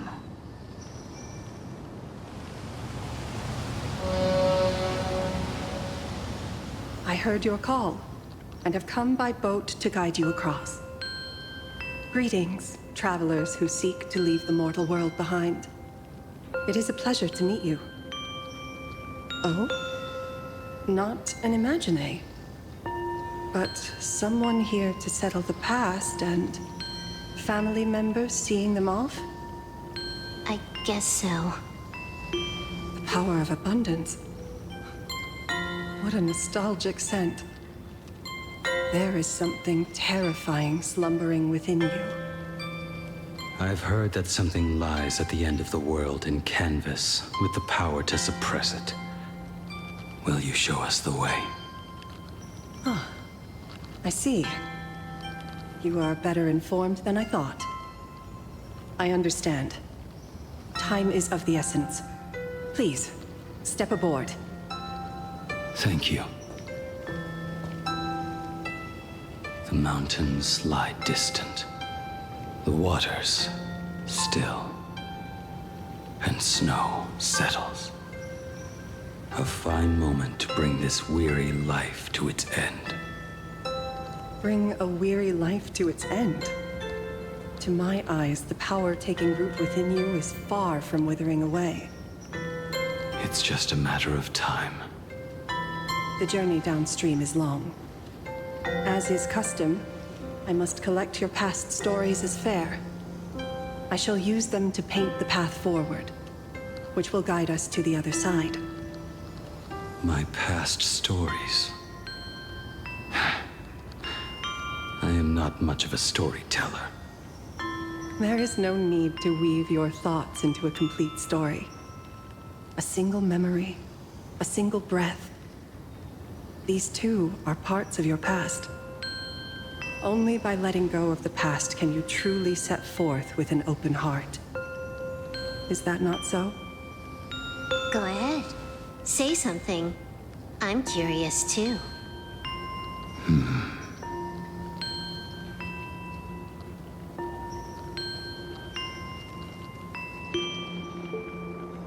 Then, I shall begin with that lone island of Insumosu.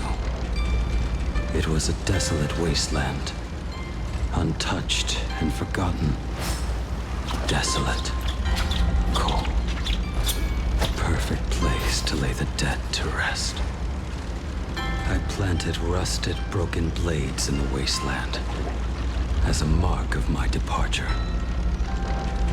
Little did I know that even after joining the Stellaron Hunters, I would find myself returning there time and again, bringing along a few new swords with me. Their owners, some of them sought my life, only to fall by my hand. Others simply wished to see me one last time, as their own lives flickered out. I was once a craftsman, and those swords, they were all my own creations. I raised those wordless monuments for my old friends, one by one, until they became a forest of broken blades. And what about me and my sword? When will it finally join them in that forest?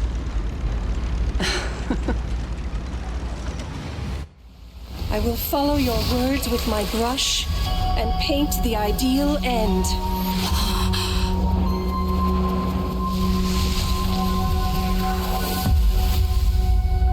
Sword barrier. We've reached the shore you've been seeking. What is this place? This is the world in canvas. A mirror to your soul, blooming as your heart dictates. May this meadow be everything you wished for. Superb artistry. And yet, I thought you would paint the desolation within me instead. Desolation? I saw no desolation in your story. Instead, I found the lingering regrets of a master craftsman. The fire that tempers black steel and shapes 100 blades does not burn upon the forge or anvil. It burns within your heart. That spark within you has yet to fade. It is why this plane has chosen to bloom into flowers. We've got no clue what you two are on about with all this cryptic talk.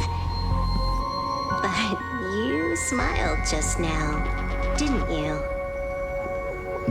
No, I didn't. We should go.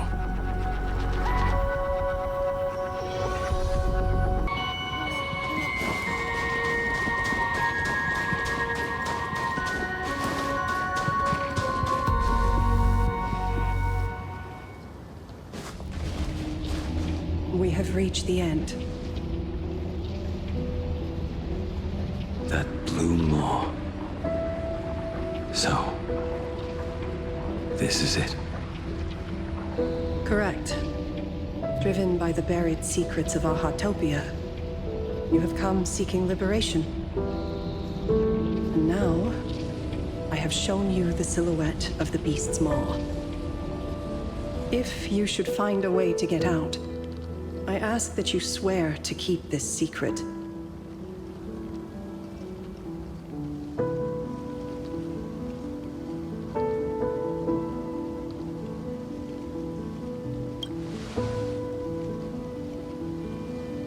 I will keep the secret. That blue maw, can it truly consume the abundance?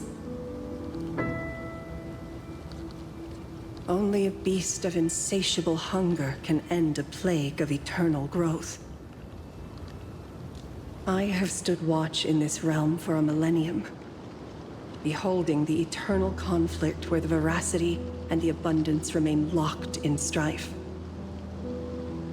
Oh, undying soul, the fate that awaits within those depths lies far beyond the reach of our conjecture. Perhaps you will vanish into nothingness in a mere heartbeat. Or perhaps you will endure a millennium of gnawing, constantly regenerating only to suffer once more, with liberation remaining an elusive dream. Beneath that calm of yours, I can feel an old friend lingering. Agony. This is the price I must bear for becoming one with the canvas. You're telling me if he leaps, he has to stay down there and be torn apart for ages? I'm not okay with this. Yao Guang never said anything about this when we went over the plan. I have lived for nearly a millennium. I stopped wishing for a swift end a long time ago. If the Leviathan does not consume me utterly, then I am still alive. And until that moment comes, I will pin Shuhu to the anvil and swing my hammer once, twice, and again, and again.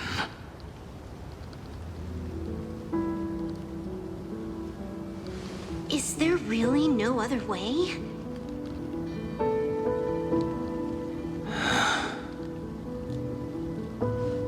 Silverwolf, I was never one for sentiment. I'll only say this. In my past life as a smith, I made it a point to forge something for those friends I found tolerable. But ever since I joined the Stellaron Hunters, Oh, right, I get it. You want me to go back and take apart that box Kafka uses as a footrest, right? You already took it apart? A long time ago. Quite a few treasures in there. A master-crafted blade, a game controller, and a portable reactor. That's the armor core, reforged from the remains of the Glamoth Queen. Oh, and a cat-scratching post. When did you find out about these items? You? You mean we. We all found out. Think you hid it that well? Please, give me a break. We're a pro team, you know.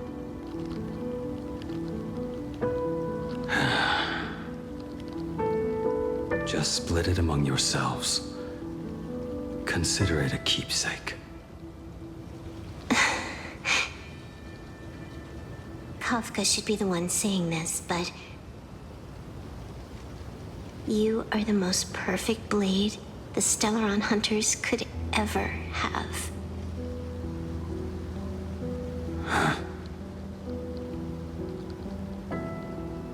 Just a broken blade. That is all.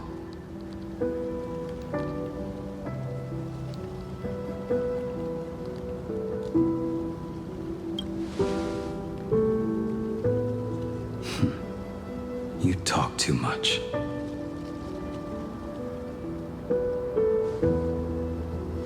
Before you go, you have something to say to her, too, right? To me? Don't take offense. It's just a few words. Before joining the Stellaron Hunters, I once lost myself. Unable to see the future, yet unable to reclaim the past. Just like you when you were first reborn. Whether we chose this path, or were forced onto it. Leave no room for regret. And never deny the path you've traveled.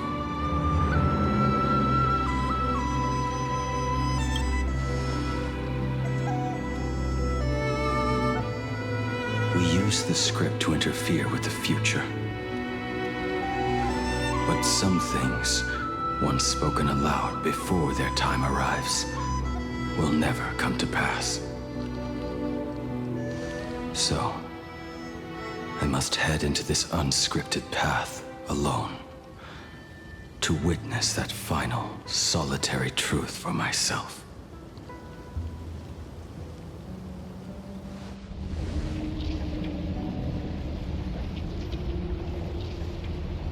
It's time.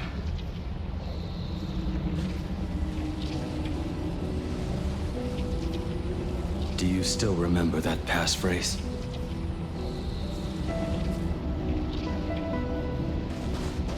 No need to step forward. Just recite it in your head.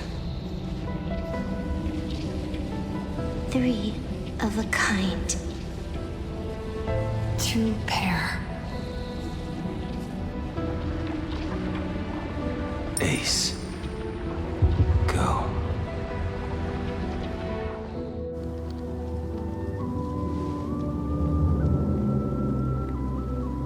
Farewell.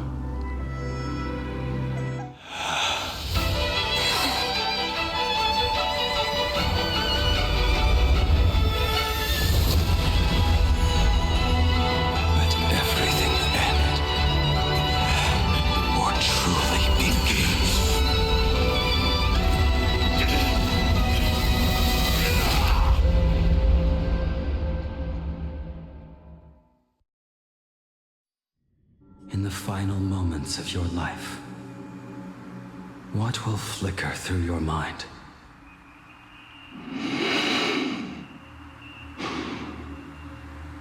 The devouring. Has it begun?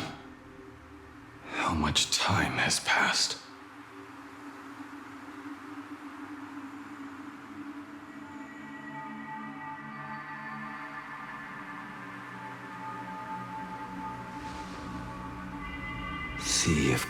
gods.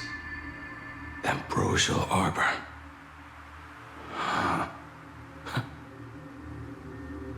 To think that with death so close, this is the scenery my dreams would conjure.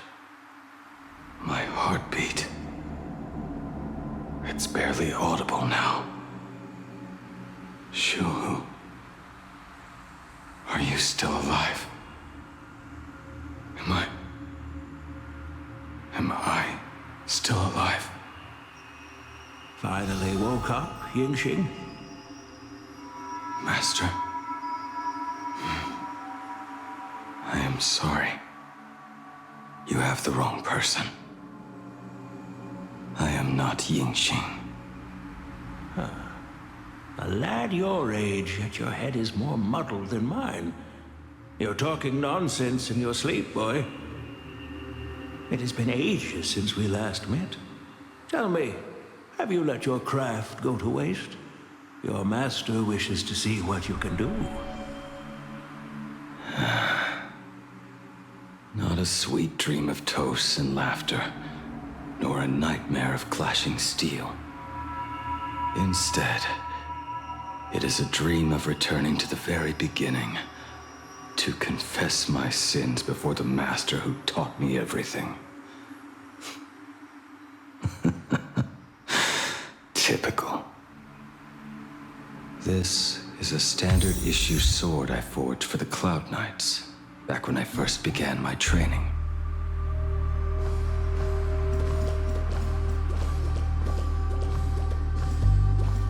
I hung, and that bow I forged for her.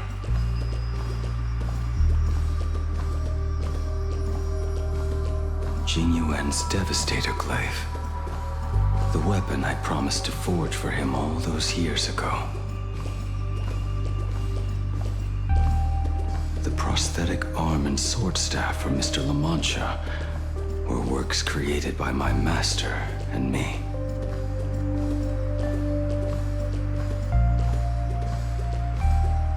This is not my work.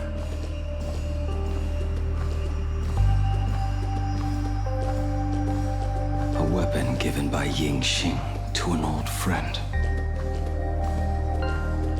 Apprentice, come near.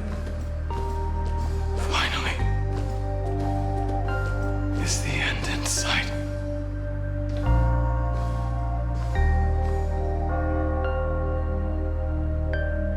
I am here, Master.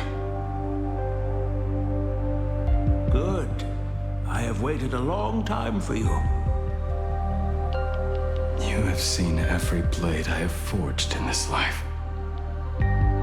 Fine work. Somewhat flawed, perhaps, but their edge is undeniable. The marks of a true master. Gazing upon the weapons I forged in days past, I can only feel a surge of endless regret. The hammer falls and cannot be undone, yet I have spent my life taking one wrong step after another. I betrayed my friends and broke my oaths. Even with these divine blades, I failed to protect those I held dear. My hands are stained with blood.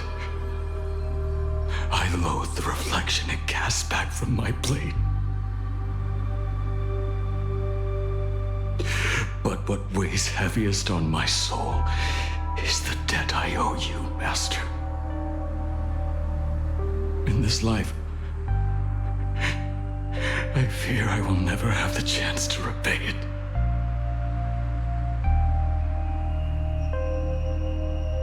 Let it all out.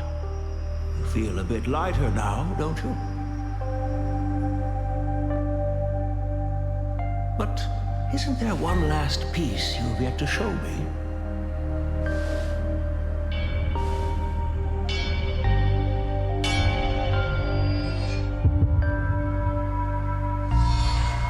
It is yet to be named, has it not? That is a mere scrap from the forging of Shard's sword. I hid it away, fearing it would bring shame upon our school. Master? How did you... Can a mere boy keep secrets from his master? I entrusted General Yao Guang to bring it to you. Since the day you left, I have kept this blade hung in the hall, gazing upon it daily. That raw, youthful spirit within it, it burns to the touch. It is the same light that shone in your eyes the day you bowed to me. It is the keen edge of a craftsman. I am but rusted scrap now. My light has long since faded. This is where I belong. Buried.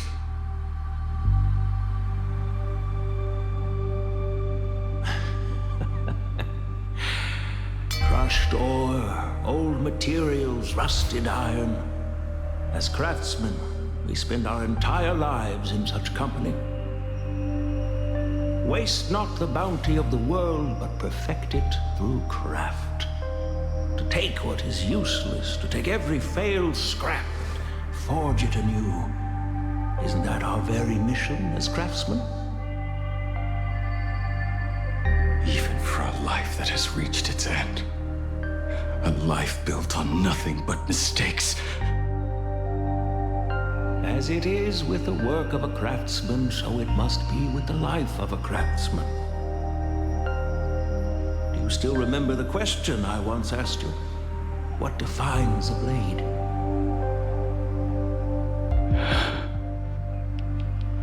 The answer already lies within you. Go now and forge it anew.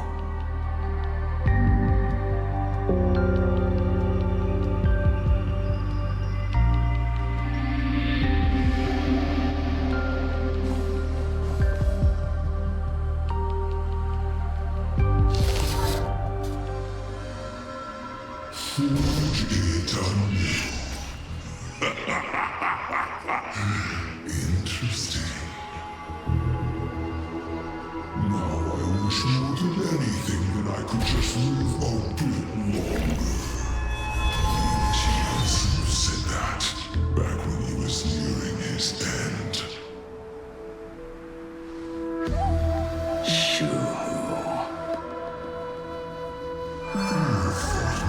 This time, and leapt into the Leviathan's maw.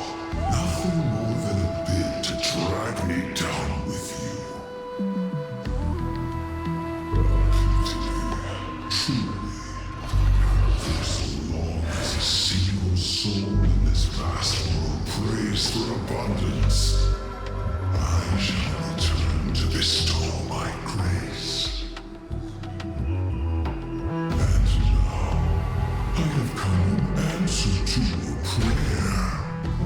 Within the Leviathan's maw, I shall grant you 1,000 years of agony, as your flesh will be remade, only to be devoured again and again. You shall find no release. Is this not exactly what you call forge it anew? Poor child. You innocent citizens are always so short-sighted. Trapped in this waking dream called life, you cling to what is gone and tremble at the thought of being forgotten. Yet when I come to carve through your flesh and awaken your minds, you spurn my beautiful gift. You were once a master craftsman. You should know best about the beauty of shaping. I can grant you the power of reshaping life and death.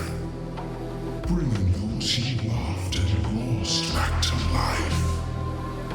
Let your friends return to this world again and again, giving you the chance to right every single wrong. righting wrongs. You mean by carving out more walking husks like me? Things that crave an end they can never reach? That is but a fleeting pang, a necessary tempering on the path to eternity. If you persist in spurning this gift, this law shall become your prison for all time.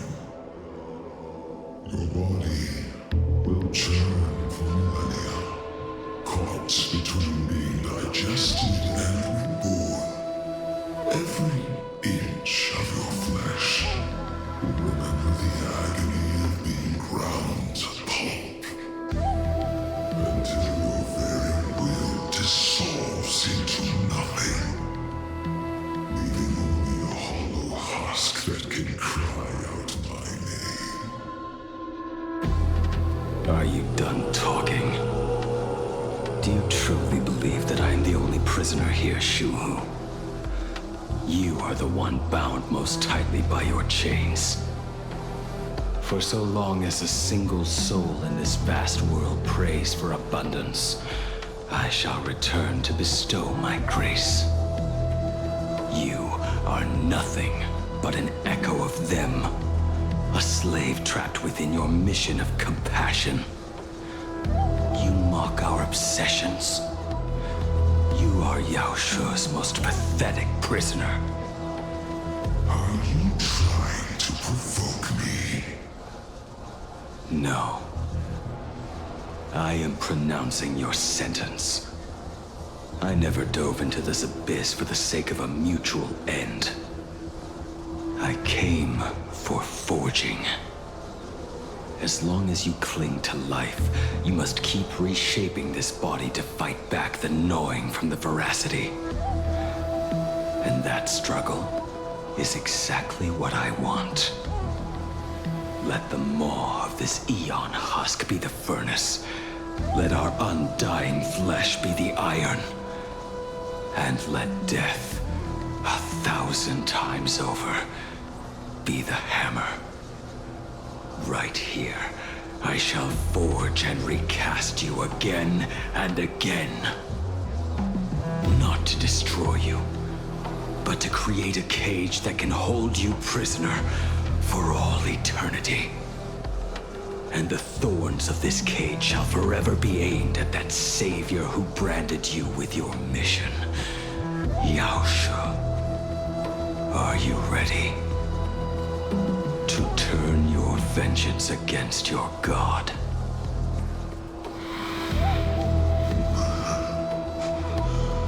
I see now.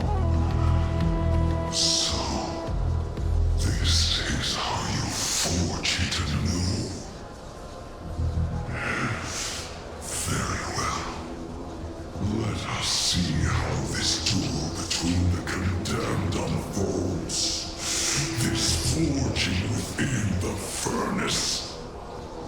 In the end, which of us shall forge the other into a blade?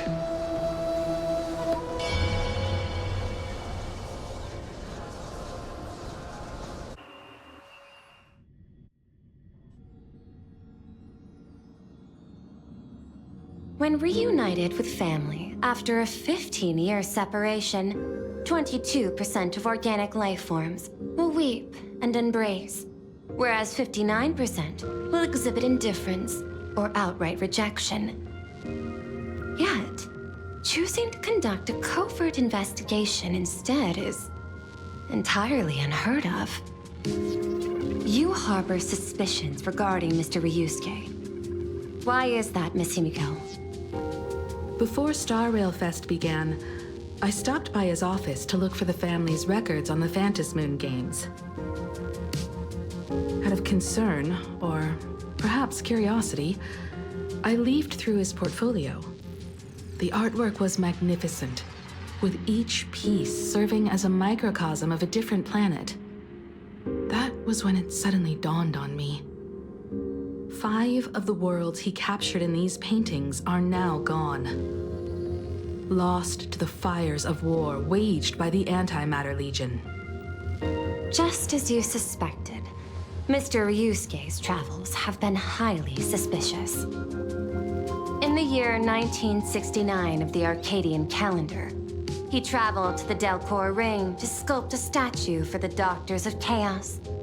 2 years later, the IPC received word that the last local resistance group had rejected all aid and launched a suicide charge against the Legion. Also, in 1984 of the Arcadian calendar, he traveled alone to the planet Goliath's Shepherd. After a century of resistance in the fires of war, the planet was officially declared dead 9 years later. Both incidents point back to a single culprit. The Lord Ravager Asat Pramod.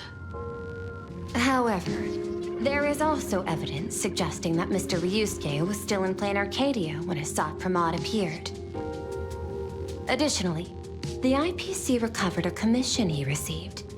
It read, "Please carve a trace of our lasting glory, just before the world meets its destruction."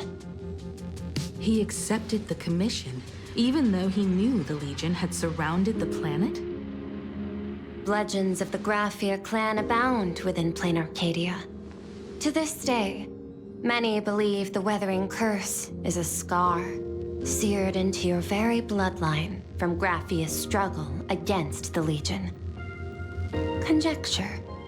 Mr. Ryusuke was tracking the demon from beyond. He likely believed that finding him was the key to breaking the Graphia clan's curse. Any other conjectures? There is another possibility. Please forgive me if this sounds out of line. There is a 52% probability that Mr. Ryusuke was being used by Asat Pramod. He might have even chosen to work for him. I'll have a word with him. I'll leave it in your hands, Miss Himiko. Dad, do you have a minute to talk? I do. I'm 1000% free for you. What brings on this surprise call for your old man? I was worried you were too busy, so I didn't want to bother you these past few days. That foolish didn't hurt you, did she? Actually, what am I thinking? A mere herald of death is nothing to my Himiko. You probably handled her in no time. And that kid is something else too. I'm telling you, everyone at school is a huge fan of the Astral Express now. 15 years. The blood-stained games are finally over. And this time everyone survived. It's time we sat down and talked. Just as father and daughter. Huh? Am I dreaming? My little girl actually wants to have a real talk with her old man. Well, I don't care if I heard you wrong. I'm taking this to the bank. Praise the Astral Express. Praise Hakivelli. Give me 10 seconds. No, make it 8. Your old man is on his way. There's no need to rush like that. Love you, kiddo. I should have seen that coming.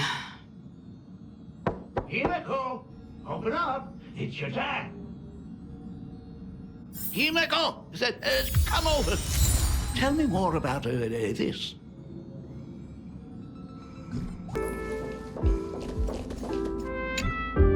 I originally planned for us to meet at the school, but since you're already here, let me show you around the Express. Oh, I would love that. I was in such a rush last time. I really want to get a good look at the place where you spent the last 15 years. Who could have imagined it? The thing that connects this nearly infinite universe is not some distant godlike sheep, but a single express. I have met many artists who dreamed of boarding the Express just to get a closer look at the legacy of trailblazing. So I am curious, how will the great artist Ryusuke evaluate it? Me? Well, I'll give it my all. I was only joking. There's no need to be so serious. There's actually so much interesting stuff on this Express.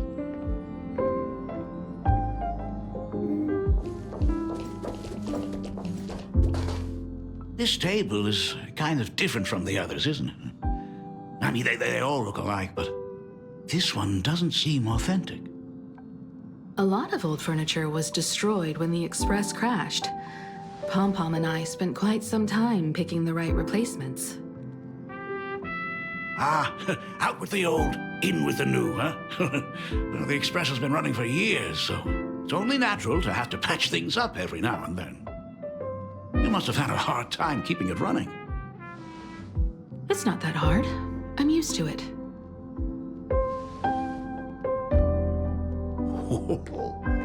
Just as I thought. The Astral Express looks amazing inside. These chandeliers. The designer used the skeleton of a void song whale as a reference. They say it's been here since Dolly's days on the Express. It catches the eye of many people who board. But the light seems a bit dim in here, doesn't it? It's always been this way. Oh, well. Have you tried swapping in a polarized conductor? Or rinsing the light units in an alkaline solution? Are you an artist or an electrician, Dad? I am just speaking from experience. Don't forget, your dad was once the one who set up all the lighting in those classrooms. Is it there? Oh, let me see.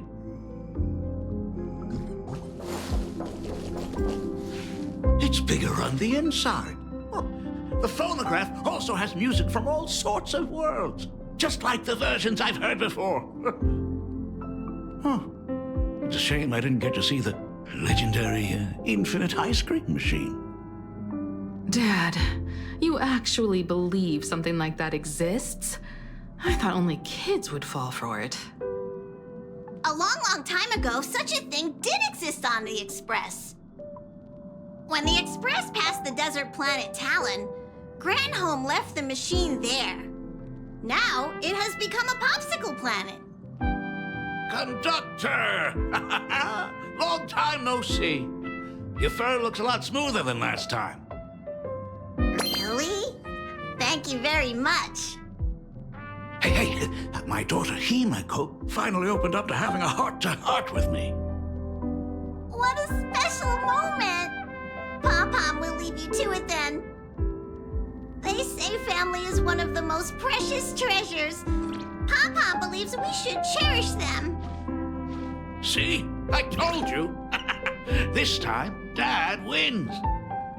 Oh, Himeko, you may be a fully capable navigator now, but sometimes experience still beats youth.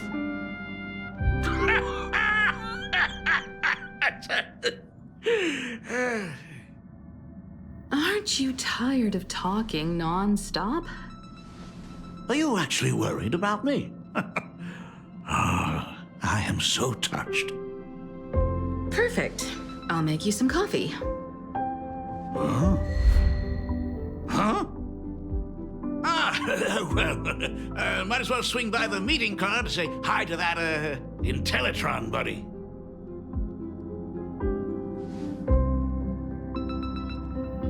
Pom-Pom finds Himeko's father very easygoing.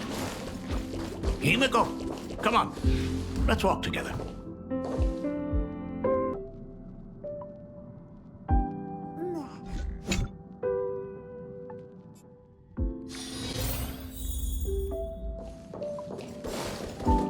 Intellitron, buddy!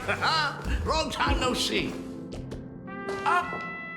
Rumor has it that the drinks in the World's End Tavern are all brewed from jokes. Since we are in plain Arcadia, any single joke before a drink would be second to none. Since there is only a single joke, it is quite literally second to none. Mr. Ryusuke, the tension detected in your micro-expressions has increased by 33% since our last encounter. Oh, nonsense. Himeko is brewing up a cup of coffee just for me. Is there anything in the world more wonderful than that? A cup of hot coffee right before the end. This must be what they mean by life is short and bitter. Huh. Well, now I see why they call you Shush. Well, since I'm still among the living, let me tell you a joke for a change. A long time ago, there was a truly terrible nameless. They snuck aboard as a passenger, seeking a certain answer. Now one day, they ordered a drink from a service robot on the express and told it a joke. A long time ago, there was a truly terrible nameless. They snuck aboard as a passenger, seeking a certain answer. I have retrieved the same joke from the archived logs. It is indexed under the title, An Unfunny Joke. But did you know, the first time the robot heard that joke, it laughed with pure joy. Don't go filling Shush with nonsense. Its database is already enough of a mess. Dad, here's your coffee. This cup is huge.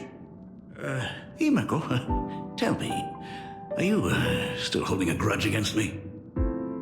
What are you talking about? Now drink up while it's still hot. Analyzing components.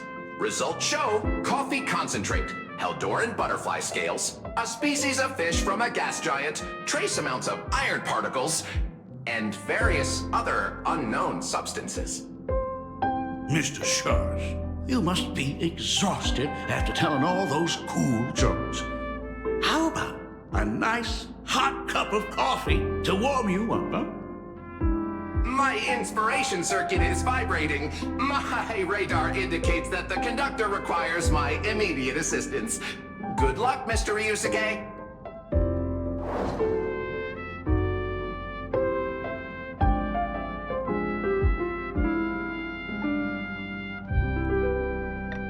Oh, Himeko, if I do not make it out of here, please deliver my resignation to Miss Starley. Tell her I will not be coming in tomorrow, which is really no different from any other day.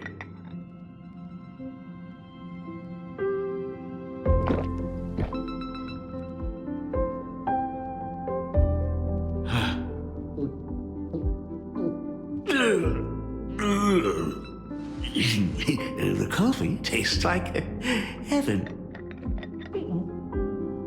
Oh, want another cup? Himeko, Miss Dahlia told me that back when you were a school assistant, you used to bring a massive pot of coffee for everyone every single day. They still talk about it to this day. It would be selfish of me to keep this all for myself. I simply must bring some back for the other teachers to sample. I am afraid it will be long cold by the time you get it to them. But as you said, it is time for us to head to the school.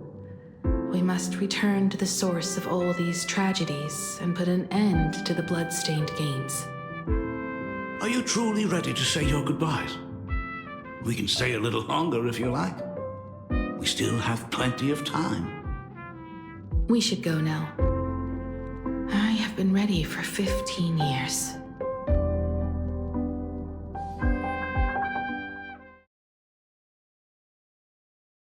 It has been 15 years. Those ghosts have been repeating their final day over and over, trapped inside the classroom you imaginated. Even if they are merely shadows of the past, they deserve to be set free. Oh, you're right. Let us use one final goodbye to close the chapter on the Herald of Death incident.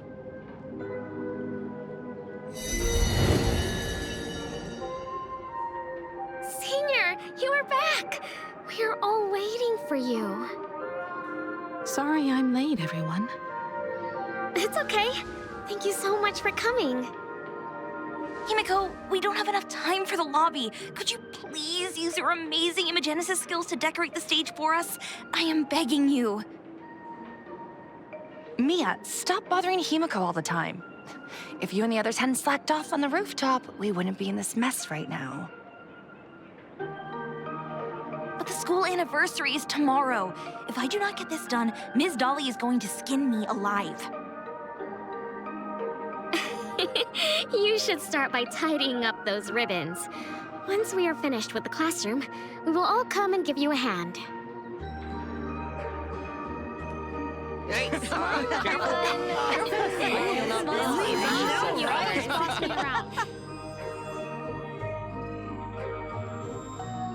wait, did you hear that? It's him. He's back again. Everyone, hide! Don't let them find us! Run, Senior! The Herald of Death is back! Don't be afraid, Belle. I'm here. No more running away. We don't have to face any Herald of Death anymore. Really? When have I ever led you astray? Look, even the Dean has arrived. Let us run through the anniversary program one last time. Right now? But we still have so much left to do. The decorations are nowhere near finished. It is all right. We have plenty of time. This sunset will linger for a very long while. Just long enough for us to finish our celebration. I hereby declare that the Graphia Academy anniversary and the graduation ceremony of 1984 has officially begun.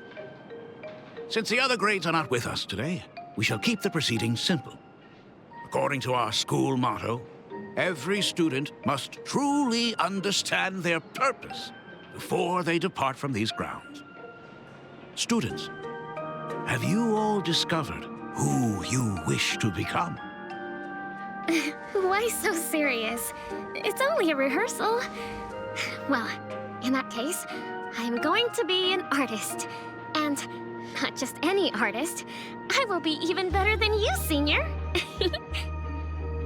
I plan to study at the Intelligentsia Guild. I want to learn how to create even more interesting Imaginae. I want to study cinematography and become a director. I want to capture every single moment of happiness in the Arcadia. I hope that in 10 or even 20 years, you will all still hold these dreams close to your hearts. And now, please welcome our distinguished graduate representative, Himiko, to the stage to offer her final blessing to the graduating class. Our Senior is doing this? That doesn't happen a lot. Himiko? Are you nervous? Relax.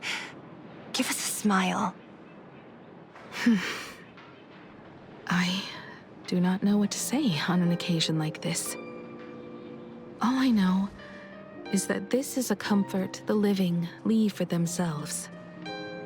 But take that step forward. Go and embrace tomorrow. Become someone that the person you are today would be proud of. Congratulations to the class of 1984. Senior, don't miss us too much. Himiko, see you around. Himiko, what's with the sad face? It's not like we'll never see each other again. Farewell. Belle, Full Wish, Mia. Safe travels, everyone. 15 years. The blood-stained games that altered the course of so many lives have finally come to an end. If only I had not lost myself in my own grief. If only I had looked after that child properly, perhaps everything would have been different. It was not only the Herald of Death that pushed her towards that abyss. Fullwish said that it took Plain Arcadia 15 whole years to kill her. Will this world ever get better, Dad? I don't know, but I'm willing to believe in it. Dad, all these years, just what have you been doing? Is that concern I hear in your voice? If you say so. After the Bloodstained Games, I traveled to many different worlds. Every time I set foot on a new planet, my thoughts always returned to you. Until one day, I happened to see news about the Astral Express. The person on that screen was so different from the daughter in my memories. I was afraid, to be sure. I did not want to disturb the life you had found. As long as I never saw you in person, I could keep telling myself that lie. My daughter had fulfilled her dreams to soar among the stars. Von Walk? Owenly? New Londinium? Step by step, I made my way into the very bedtime stories you used to tell me. Were they beautiful? In this vast universe, nothing holds more beauty than the lands en route, yet to be reached. You may have been a poor excuse for a father, but even so, thank you for setting me on this trailblazing path. Same here. Thank you for fighting so hard to be here alive. It's still early, huh? Let's have a walk around the campus. I have something very important to tell you. But it can wait. Something very important?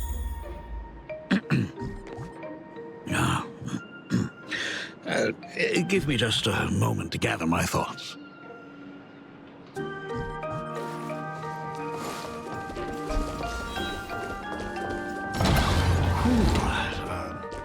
Nice weather today.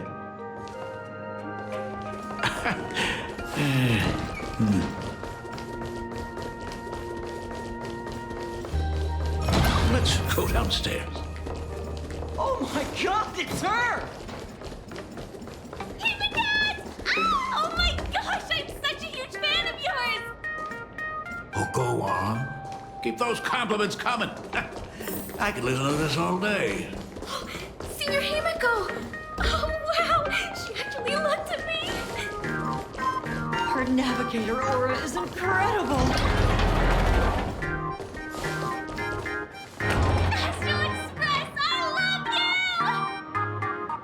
Like a love song, baby! Baseball Raccoon didn't come? Oh, Himiko is so pretty. It gladdens me that my daughter is so popular. But you're all supposed to be in class right now. The Herald of Death incident just ended. It is only right to let them breathe and relax for a while. To think that it all happened only yesterday. Young people really do have a way of returning to their carefree selves so quickly. I suppose it is because they believe the Astral Express will always be there to save them. It brings back memories of you as a little girl. Whenever you heard someone mention the universe, the light in your eyes would outshine even the brightest supernova. That is true. The very first Imagine I ever brought to life was modeled after the rocket atop the Phantom Moon's head. That little fellow had quite a temper. It was so determined to fly higher and higher. To this day, I still wonder if it ever truly reached the moon. Dad, do you still remember it? How could I ever forget? That thing came crashing down and poked a hole right through Miss Seadrake's tail. I had to take you to apologize in person. I ended up redrawing the tale myself to make it right. These days, I wouldn't be able to handle that kind of trouble anymore. My poor old back wouldn't allow it. Now that I am free from the weathering curse, you don't have to spend your life wandering the stars anymore. Why don't you just settle down here? I just can't face the thought of coming back to nothing but an empty home again. Don't worry. I'm not going anywhere.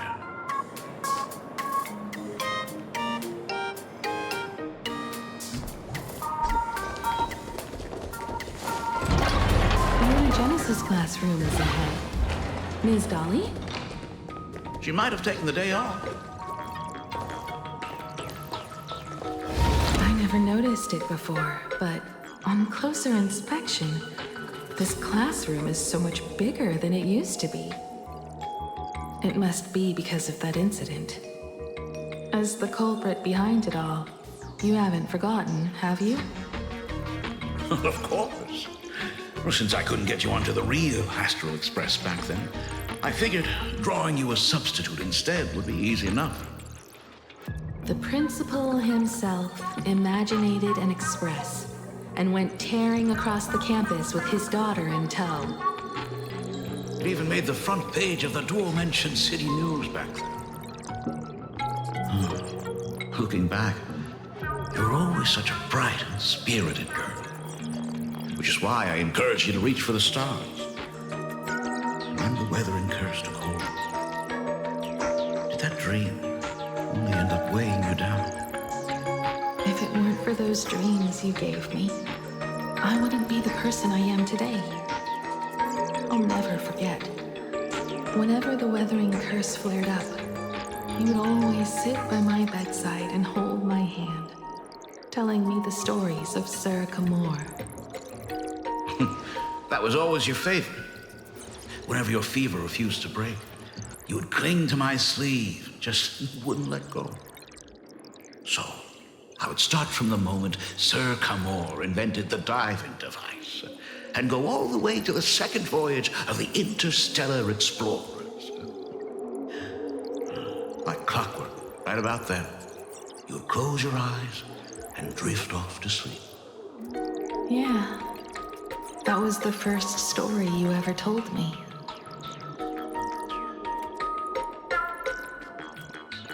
And the very story that helped me make up my mind.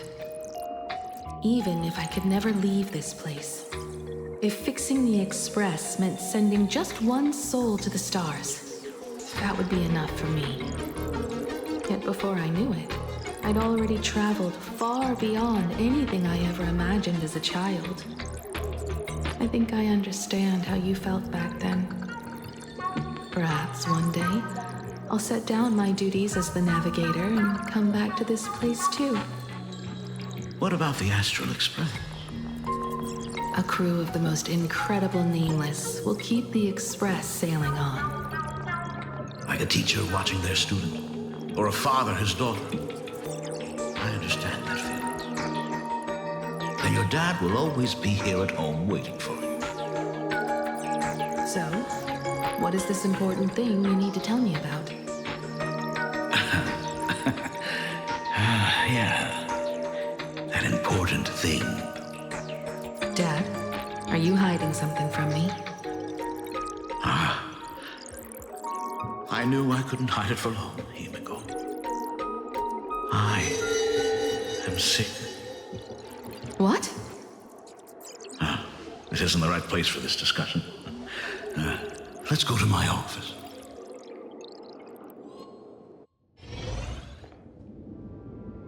So... It's the weathering curse. I know what you're about to ask. I do not share the Graphia lineage, which is why I believed I could find the demon from beyond and save you and your mother. But in the end, Ryosuke was just a useless man who couldn't save his wife or daughter, or even himself. Tell me, What happened in the past 15 years? You've seen my portfolio, haven't you? Those worlds are just like plain Arcadia. Every single one of them has fallen victim to the demon from beyond. In those places, luck is a very real thing. And the demon from beyond can manipulate misfortune. What does that even mean? In ways beyond comprehension, you feel misfortune crashing down like a tidal wave. Solar storms, diamond rain, system failures, one disaster after another.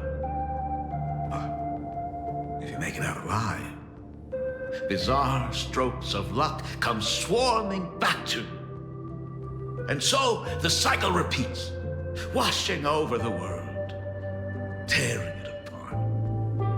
It sounds more insane than the Phantasmoon games.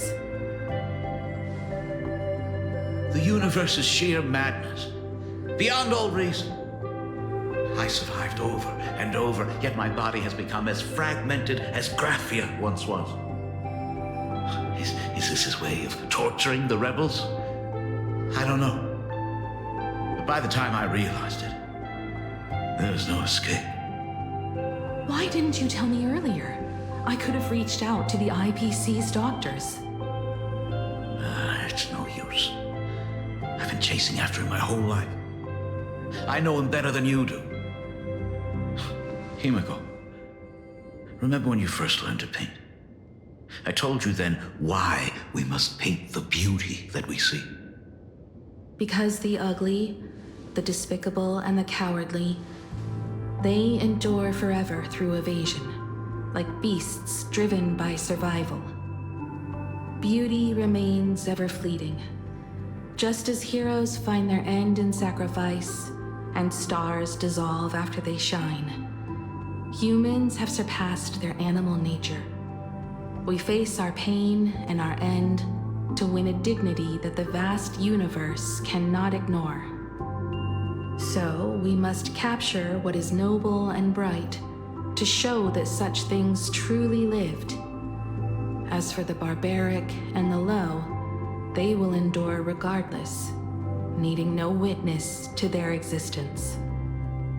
But Himiko, you are no longer the one who paints. You have become the very splendor that I strive to capture. Fate works in mysterious ways. I'm so glad to see you once more in my final moments, watching you fulfill your childhood dream. You are standing before me as the navigator of the Astral Express. I should have come back earlier. I'm so sorry. I am the one who came back too late. I've thought about it 1,000 times. On that final night of the Bloodstained Games, if only someone had been there to sit by your side.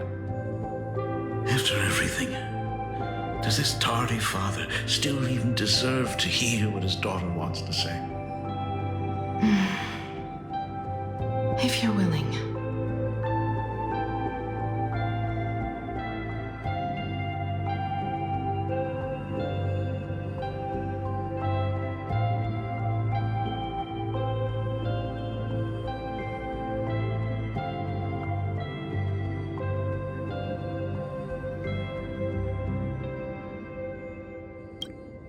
Thank you, Akiveli.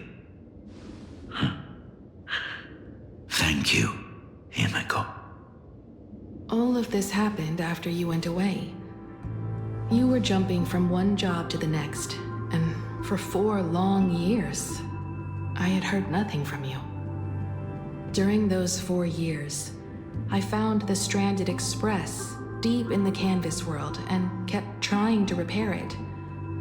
Watching the Phantasmoon grow fuller, I remembered the mask that had been handed down through our family for generations. If I could claim victory in the Phantasmoon games, then perhaps by harnessing the divine authority of elation, it might just be possible to set the Express in motion once more. But the Herald of Death was a complete madman, and he smashed every dream to pieces.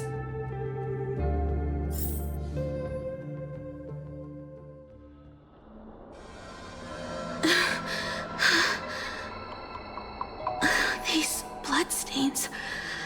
The Herald of Death is heading to Dovebrook. He's already killed so many people. When will it be enough? Himiko, are you afraid? You're asking if I'm afraid? Of course I am. After seeing all that carnage along the way. Belle, Mia, everyone was splattered everywhere. Like spray paint. Twisted and crushed. They watched themselves turn into... while they were still alive. But Himiko, I'm here for you. I'm okay. I'm fine. If I don't stop him right here and win the Phantasmoon Games, there will be no tomorrow for anyone, let alone a new journey for the Astral Express. And someone needs to avenge those students at the Academy. That is not your responsibility. If you are afraid, let me handle it. I know hunting down the Herald of Death isn't my responsibility. If I turn around and walk away, no one will blame me. But I am already here. I can't let him get away. Yeah, I'm not really scared anymore, really. Warning, rogue The suppression squad sent by the Department of Aberration Defense. Aberration name, Herald of They're Death, all gone. by order of the Department Completely of Aberration wiped Defense. out. All units must begin evacuating Struggled through the civilians pain from the surrounding as the area Herald of immediately. Death Warning, dragged warning, and rogue smeared them supplicant across has the entered ground. Dovebrook District. Aberration threat level, these calamity. stains. Aberration name, Herald of Is he Death, really by so order of far the gone Department of Aberration that he's Defense. using All units himself must begin as evacuating paint? civilians from the surrounding areas Even so, immediately. he still managed to break through the blockade ahead. That's terrifying. To take down a monster like him, you need a single perfect strike. Overwhelm him before he can even react. I think I've got it. But first, I need to buy some time. Let me handle that for you. All right. But buying time is easier said than done. It's too narrow here. We need more room. The best bet is to pin the Herald down on that bridge. I'll take all the wish power I've gathered since the Phantasmoon became full, and use it as fuel to paint it into existence.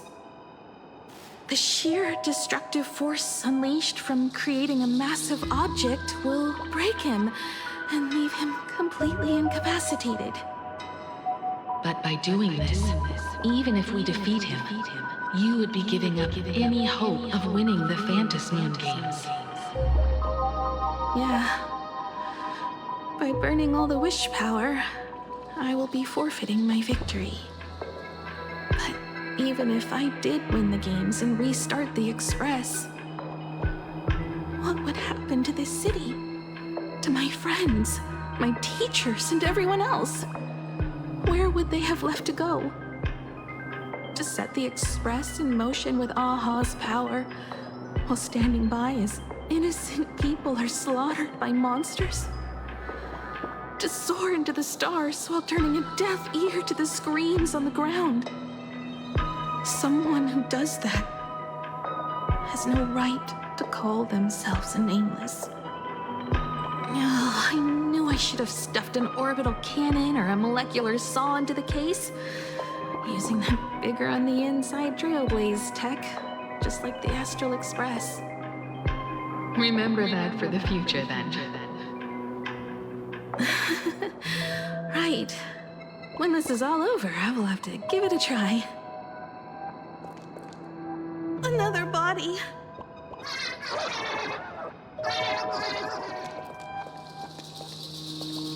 Black Birch. Guess he was after the Herald as well. Black Birch, the masked fool? The one who turned Gotham City upside down not long ago? Only 2 supplicants are left in the games now. In other words, we are the last hope for victory over him. Just like those legends I grew up with. A hero confronting a monster to protect everyone. Now that responsibility falls to me. I will take him down. After that, I will repair the Express myself and see it fly over the horizon and break out of the atmosphere. What a beautiful sight that will be. Then consider this the first world to be saved before the journey on the Express begins. The very first stop, then? It'll certainly be quite memorable. The stench. It's about time.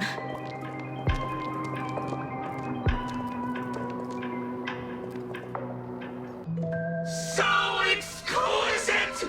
These flowers blooming in plain Arcadia! Oh, I can hear them dancing at the tips of my nerves!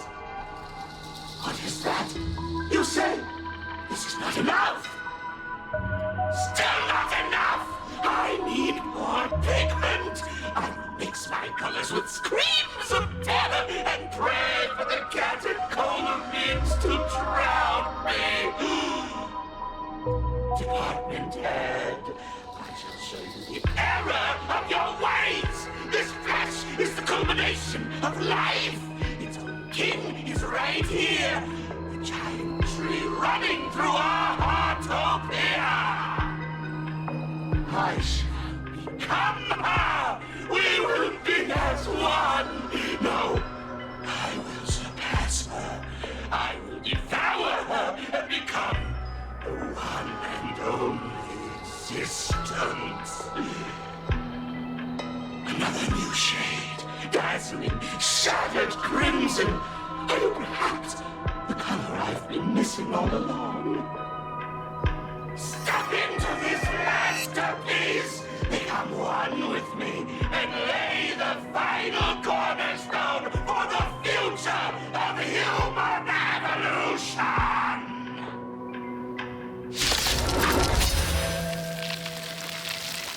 Stop right there. So, you actually conquered the Herald of Death and set the Astral Express in motion once more at the end of the Bloodstained Games. Michael, I believe in your bravery. When confronted by death, you will undoubtedly choose to resist. But you were so frail and sickly. How could you possibly defeat the Herald of Death, who slaughtered every single supplicant? Then how could you hope to repair such a massive, stranded express? Well, the answer is clear. It would be impossible for you. That is, unless you had another person helping you. Don't deny it yet. I've been tested by you enough along the way. So now, give your father a little room to breathe. While I was gathering your belongings, I found some of the manuscripts you left behind. There were 2 distinct sets of handwriting upon those pages. Every trace in that house proves that 2 people once shared a life there. Legend says that during the Canvas Age, the grand artist Whiteball painted his late daughter onto a scroll and breathed life into her. Suppose, just suppose, that my brilliant daughter created a likeness of herself, a self-portrait so perfect that it breathed and moved with her. If that is the truth, then every mystery is explained. During that night of the blood-stained games, a girl at death's door and an imaginary she created followed the trail of the Herald of Death all the way to Dovebrook. As a monster bearing Shuhu's flesh and a supplicant lost to madness, Marcus and Tali defeated the pair before him without lifting a finger. Driven by pure instinct, he slowly closed in on them. He intended to use their very lives as pigment to paint a new bloody blue. Little did he know that he was walking straight into a trap of their design. The moment he drew near, a massive iron fist was imaginated from the sky above. It crashed down and crushed into dust. It was the night of July 22nd, 1984, of the Arcadian calendar. A colossal shockwave radiating from Dovebrook District shook the earth.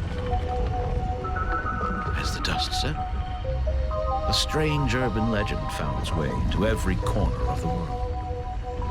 Over 10,000 sightings reported a giant arm descending from the sky that evening. In the hours that followed, the Department of Aberration Defense confirmed that the Herald of Death was completely incapacitated. Theories were endless.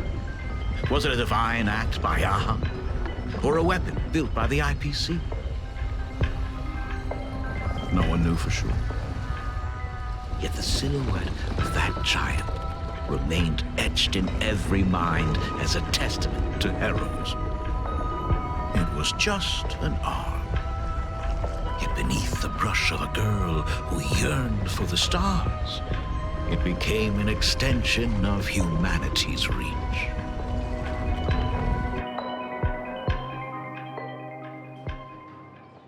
The girl achieved her dream, and the stars set sail once more. Truly a most romantic fairy tale. And now, unfortunately, I have to destroy this fairy tale myself. You don't believe me? I have no idea who you truly are. But that little girl who roamed for trailblazing, my frail and sickly daughter. From the very beginning, Himeko never left Plain Arcadia. That is not something you should joke about. You know better than I do whether I'm joking or not. By the way, things outside aren't looking good. The Arcadia is drowning in problems. Is it really wise to stay here instead of helping the younger crew members? Those kids are all grown up now. They can handle their mission. And as for myself, I am staying right here to deal with the biggest problem of all.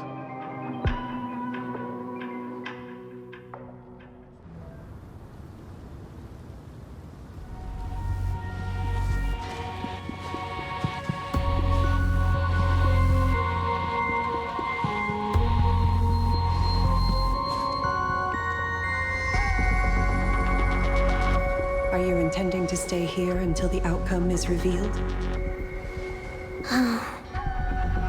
It might take forever for him to return, or he might never come back at all.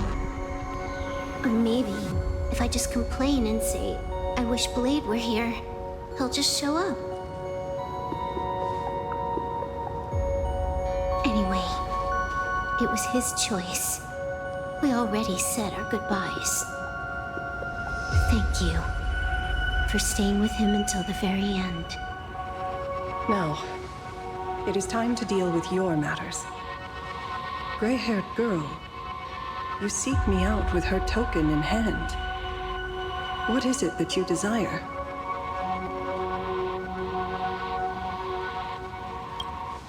Already told me? Our first meeting was just before we took the boat here. I only answered the call of wish power because of that mask. The one painted by Evanesia. Without it, I would not be here. So, who is this me you speak of? Me, of course.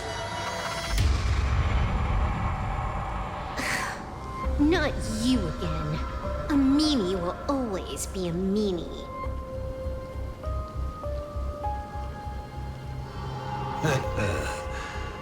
Misfortune and I share one thing in common. We both enjoy dropping in uninvited. A reunion after 1,000 years. Graphia, it has been a long time. Asat Pramad.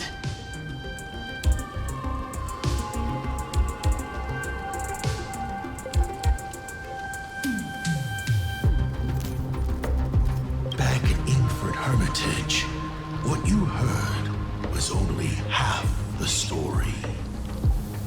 1,000 years ago, amidst the ruins of Ahatopia, I found a baby girl on the verge of death. Her cold, lifeless body reminded me of the legend of Elation. Aha heard an infant cry and burst into laughter. Too bad I never did get the joke. So I came up with a much better one. I infused that child with the power of destruction, giving her the rebirth of a Void Ranger. I taught her to paint her monstrous beasts using the life of the veracity as pigment, all to carry out the Legion's divine will. Graphia, your name was your commission, to paint the world and carve a trace of our lasting glory just before the world meets its destruction. You were doing so well, right up until you saw that express crash. It gave you ideas, Graphia. Unrealistic, foolish ideas. Since that day, I have had nothing to do with you or your destruction. Your failure began the moment you tried to destroy the Express. All you did was turn the spirit of the Nameless into a rallying cry for rebellion. I took the power you forced upon me and used it to save the innocent. You commanded me to record the end of worlds, but instead, I created a sanctuary. So, you think putting on a human mask makes you one of the Trailblazers? How amusing. Look at yourselves. That weathering curse is still eating away at you and your kin. It is the inescapable price for being a child of destruction who dares to betray her fate. World and canvas, a total disaster. Yet you still try to dress it up as a victory. Do you know why I haven't spared Ahatopia a single glance for an entire millennium? Because you bore me. But now, things have changed. Someone far more interesting than you has returned. And unlike you, she is the real deal. A genuine Nameless. That is why I have returned. Simply to tell you all this. Himiko? I've had my fill of this drama. Now, I'm dying to see how your face handles my fist. For 1,000 years, I have painted them over and over again. Every innocent life you extinguished during the Sind Earth Age. Tell me, Asat Pramad, are you prepared to face their fury? I have more important things to do than linger here. But this little parting gift of yours, why not let them have a taste instead? Come forth, demonstrate your defiance.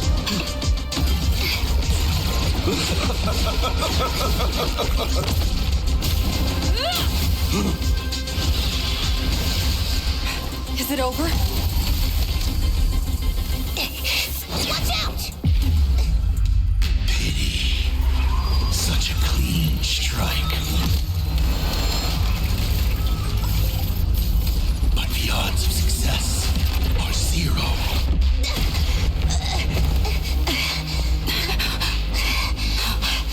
The restraint check failed? A 1 in 10,000 chance. The moment I cast the dice, the outcome is fixed. Remove the mask, protagonist. It doesn't suit you. As for you, your end is decided. Farewell. Sorry. I have failed.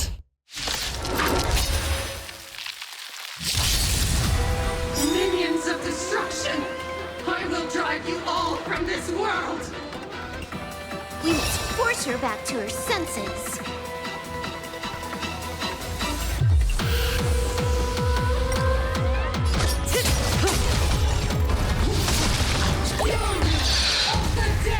Do we have to go full force? Of course not. That is exactly what that meaning wants.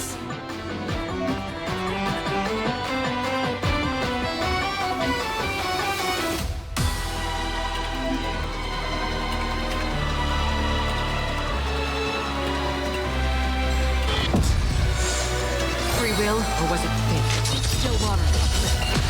Stand still. I weep for the departed.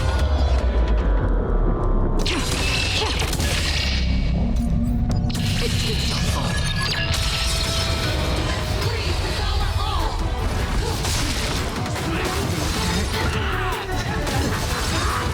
Say bye to breathing. Was it easy?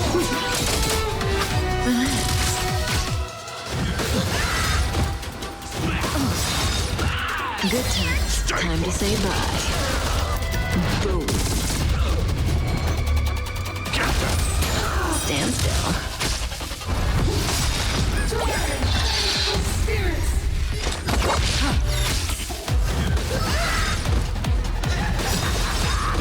What are you waiting to betray my customers?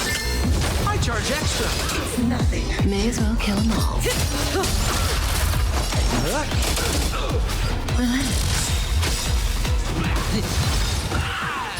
I weep for the departed. It did not fall.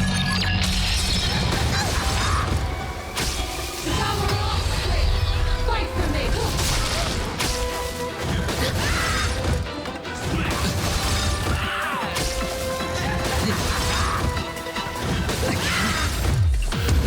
I'm gonna hold everyone back again! Be your devil. Now crush them all. Another journey begins. Stand still. Time to say bye. Boom. What are you waiting for? To betray my customers? I charge extra. It's nothing. Relax. We're just having fun. Stay put.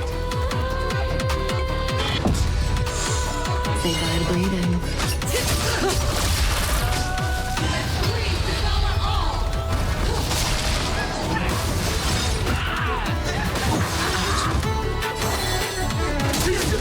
Stand still. I weep for the target. It's his fault.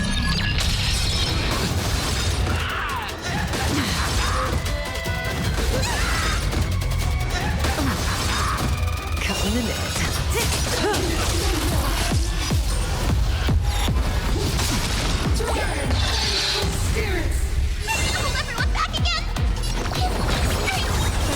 More business good to me.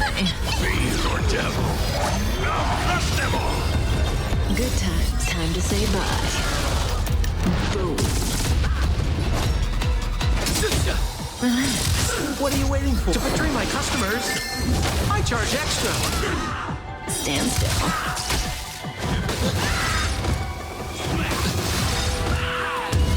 Free will, or was it fate?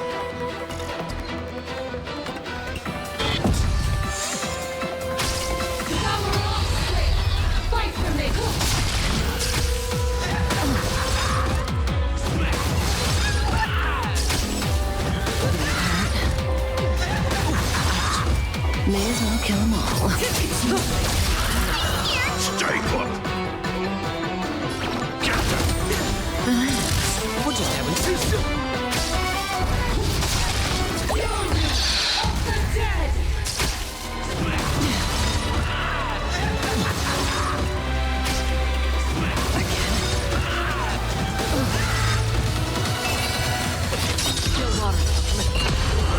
I weep for the departed.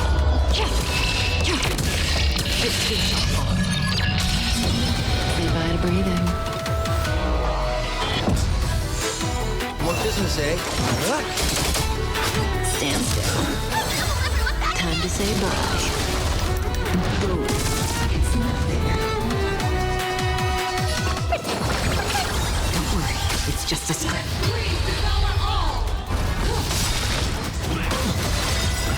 What are you waiting to betray my customers? I charge extra. Relax.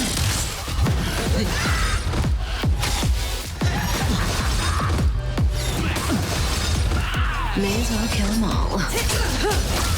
Another journey destined for oblivion. Stand still. Beast or devil? No, crush them all! I weep for the departed. It's his fault.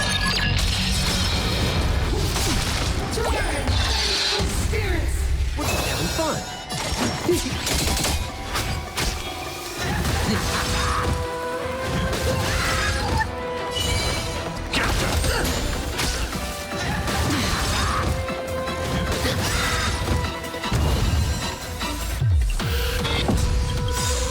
Good times. Time to say bye.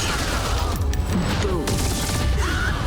Absolutely cannot let you touch this place.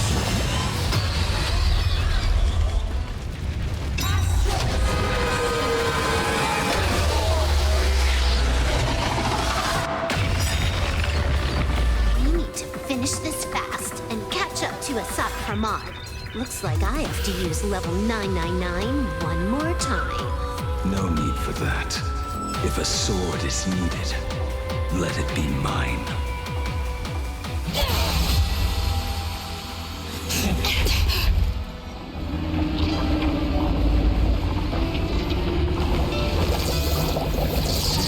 Have you thought it through? What defines a blade?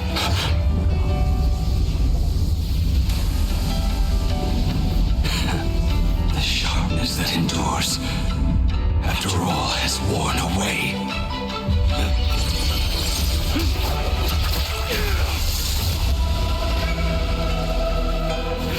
I shall take veracity as my forge, and abundance as my iron.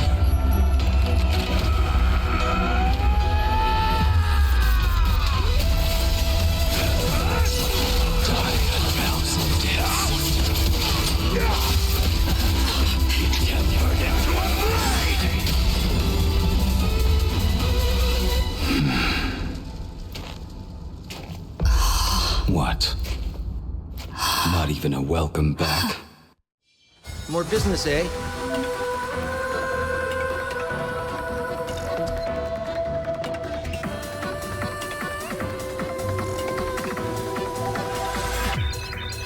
You will serve as the tempering fire!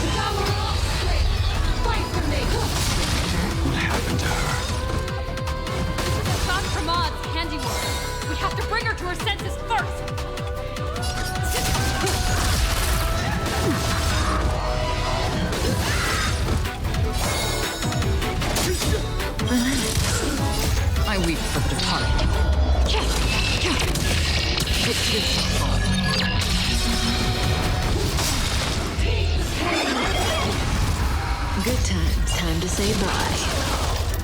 Boom. Free will, or was it fate? You'll serve as the tempering fire!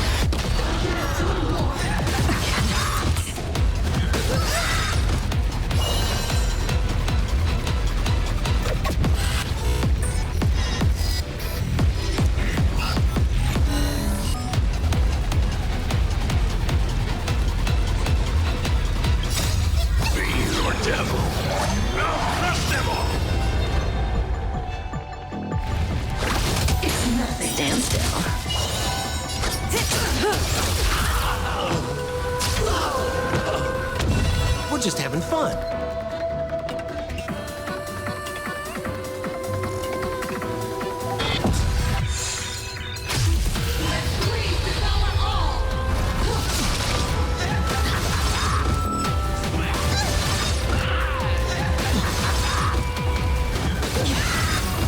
Another journey begins. What are you waiting to betray my customers? I charge extra. Good times. Time to say bye. Boom.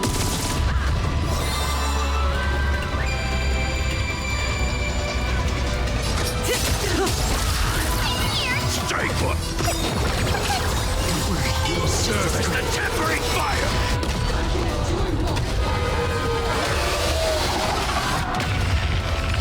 Summon your own son!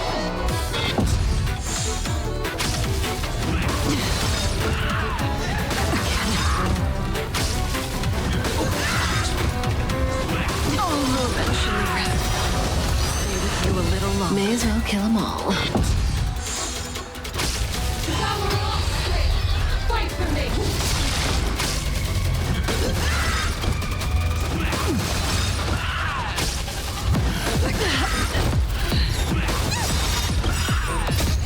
Fiend or devil? Crush them all! Thanks. More business, You're too good to me. Stand still.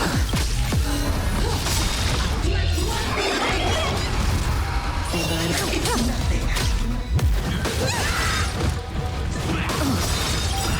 Good time. Time to say bye. Boom. We're just having fun. You'll serve as the tempering fire! What are you waiting for? To betray my customers? I charge extra. It's nothing. Nothing. Stand still. I'm gonna hold everyone back in the...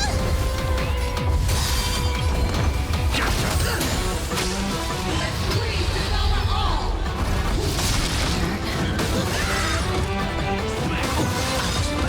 May as well kill them all. You'll serve as the tempering fire!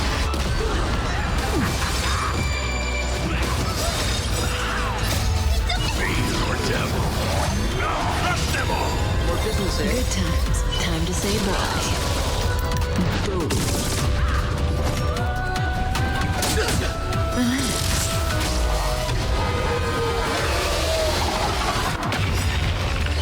Summon your own son!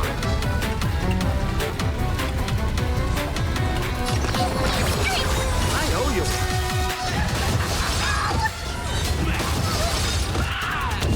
Say bye to breathing.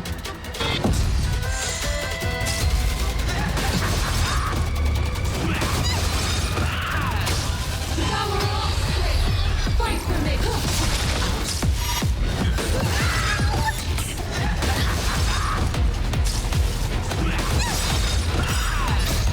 Fiend or devil? Crush them all! We're just having fun. What are you waiting for? To betray my customers? I charge extra. Nothing. Stand still. Thanks. You're too good. You'll serve as the tempering fire!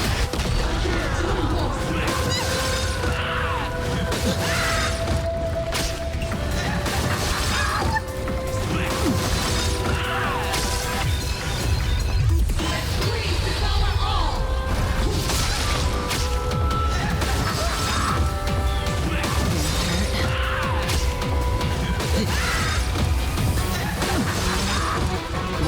day? Good time. Time to say bye. Boom.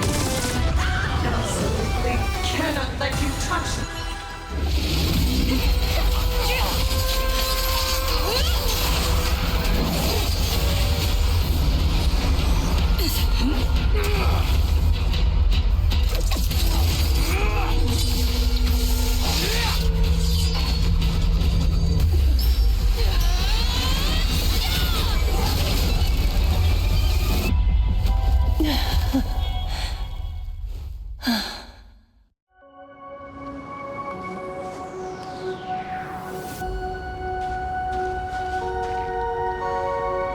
I hope I am not too late. Are you kidding? Your timing is impeccable, Blady. But isn't this a bit much? How did you even change outfits? What happened down there? I used the Leviathan's maw to imprison Shuho. But that doesn't matter. What matters is that you made it out alive and got the job done. Not yet. I have made a decision. This time, I will stay and become a supplicant. I am joining the Phantasmoon Games. What? You're going to stay here and poke your nose into this world's business too? Let us settle this first. Are you okay? Thank you. All of you.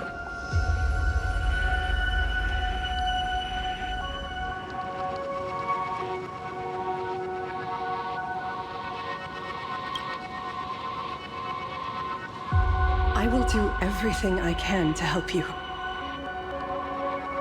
As long as the canvas remains, Asat Pramod cannot kill me. You have fulfilled what Evanescia entrusted to you. It was all me. For 1,000 years, I was the one obsessed with bearing every responsibility alone. Asat Pramod was right after all. I have been a ghost of 1,000 years past, arrogant enough to think my seal over the world and canvas was unbreakable. I really believed that accumulated wish power would be enough to strike him down when he returned. We are up against the same nightmare that survived a whole Sindearth age. The same monster that an entire era could not even overcome. Just how did he even sneak into the world and canvas? The first time I stepped into Inkford Hermitage, a strange Wispe tried to latch onto me, but it didn't succeed. Maybe that was the first step in Asat Pramod's plan to infiltrate this place. Then, he took on Graphia's form to tamper with my mask, and even taught me the way to summon the real Graphia. In the end, he got what he wanted. So, this guy has only been after one thing this whole time.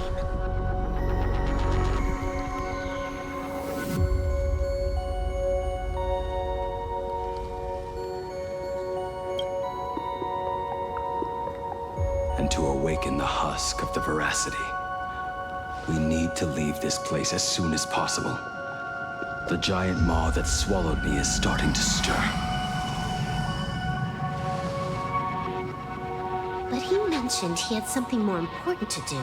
What is that even supposed to mean? He has so much on his plate, no way he can split himself into pieces and handle everything at once, right? 1,000 years ago, the demon lord from beyond invaded Ahatopia. The power he unleashed was beyond all comprehension. He could appear in places thousands of miles apart at the exact same time. as if he possessed countless incarnations. What? He said he was meeting a genuine nameless. Himiko! She's in trouble!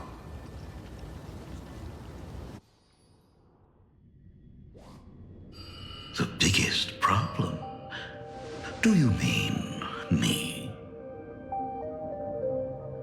You said that classroom was a secret place of your own creation, yet Full Wish seemed to know everything about it. You are far too familiar with the Express, yet there is no way my father could have ever set foot on it. And another thing, when we first met up earlier, you said it had been 15 years. But my father clearly left much earlier than that. Your story is riddled with holes. Or rather, you never even intended to pretend. You are the only person I can never seem to lie to. And about that last point, it was just a slip of the tongue. Stop this pathetic act. You are not him. You who dare to impersonate my father, show your true self. It seems our pleasant little father-daughter chat has come to an end. Buying time, keeping me pinned down. Oh, you played your part well along the way. If I proved to be more dangerous than anticipated, you would be right there to shield your companions. But, Navigator, you still overlooked one possibility. The most fatal one of all. Why don't you try to guess at what exact point did I take Ryusuke's place?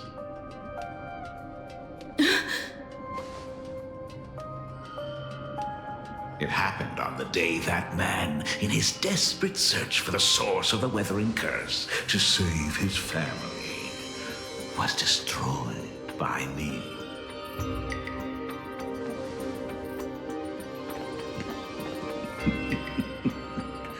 That year, Himiko was 6. At her mother's funeral, she met her father for the first time. You are lying.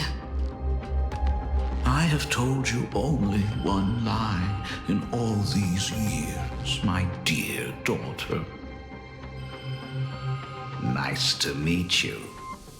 I'm your father, Ryusuke. All that effort, all those years spent by my side. What are you really planning? Even I find it hard to tell what goes on in this head of mine sometimes. But now, as I look at your face, at that exquisite expression, it all makes sense. I had so much fun playing a father. And the best part, that was not even the most fun I have had today. Can you hear me? Someone who looks like a Supremod just showed up at the tavern.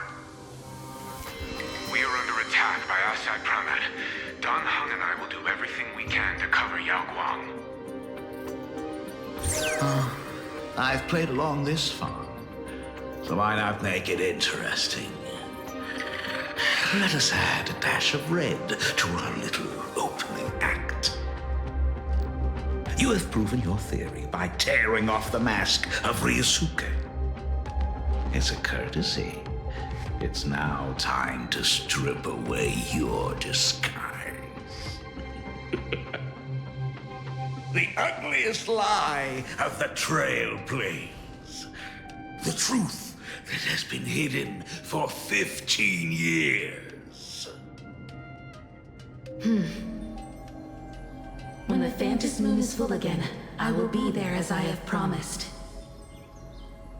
I will come back with so many stories to tell you. The girl looked up at the stars, but in her heart, she was terrified of setting out. She was afraid of the universe, and even more, she was afraid of the weight of responsibility. In the end, she'd left her wishes to someone else. As for her, she chose to lie in a grave and stay in the Arcadia forever. Ryosuke's daughter Himeko is long dead. When she saw how vast the stars really were, she ran away. Just as the Trailblaze will always converge with the destruction, culminating in awe-inspiring obliteration.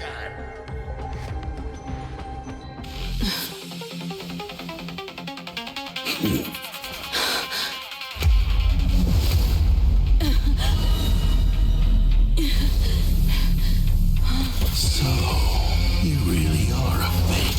Right back at you.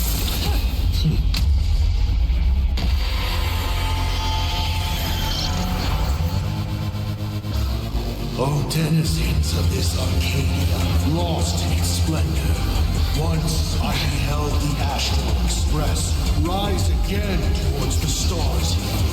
Since then, you have known 15 long years of unbroken peace.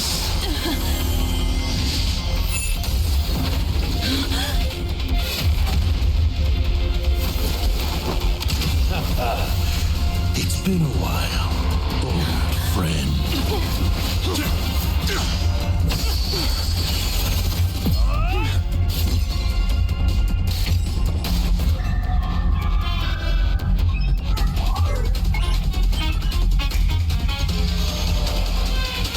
For 15 years it was I, a son of mine, who delivered every promise of beauty to this Arcadia in advance.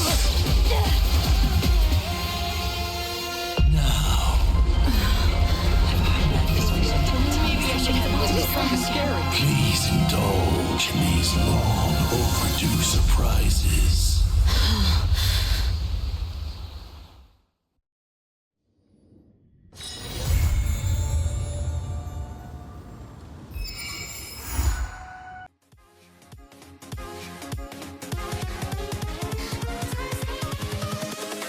Invincible.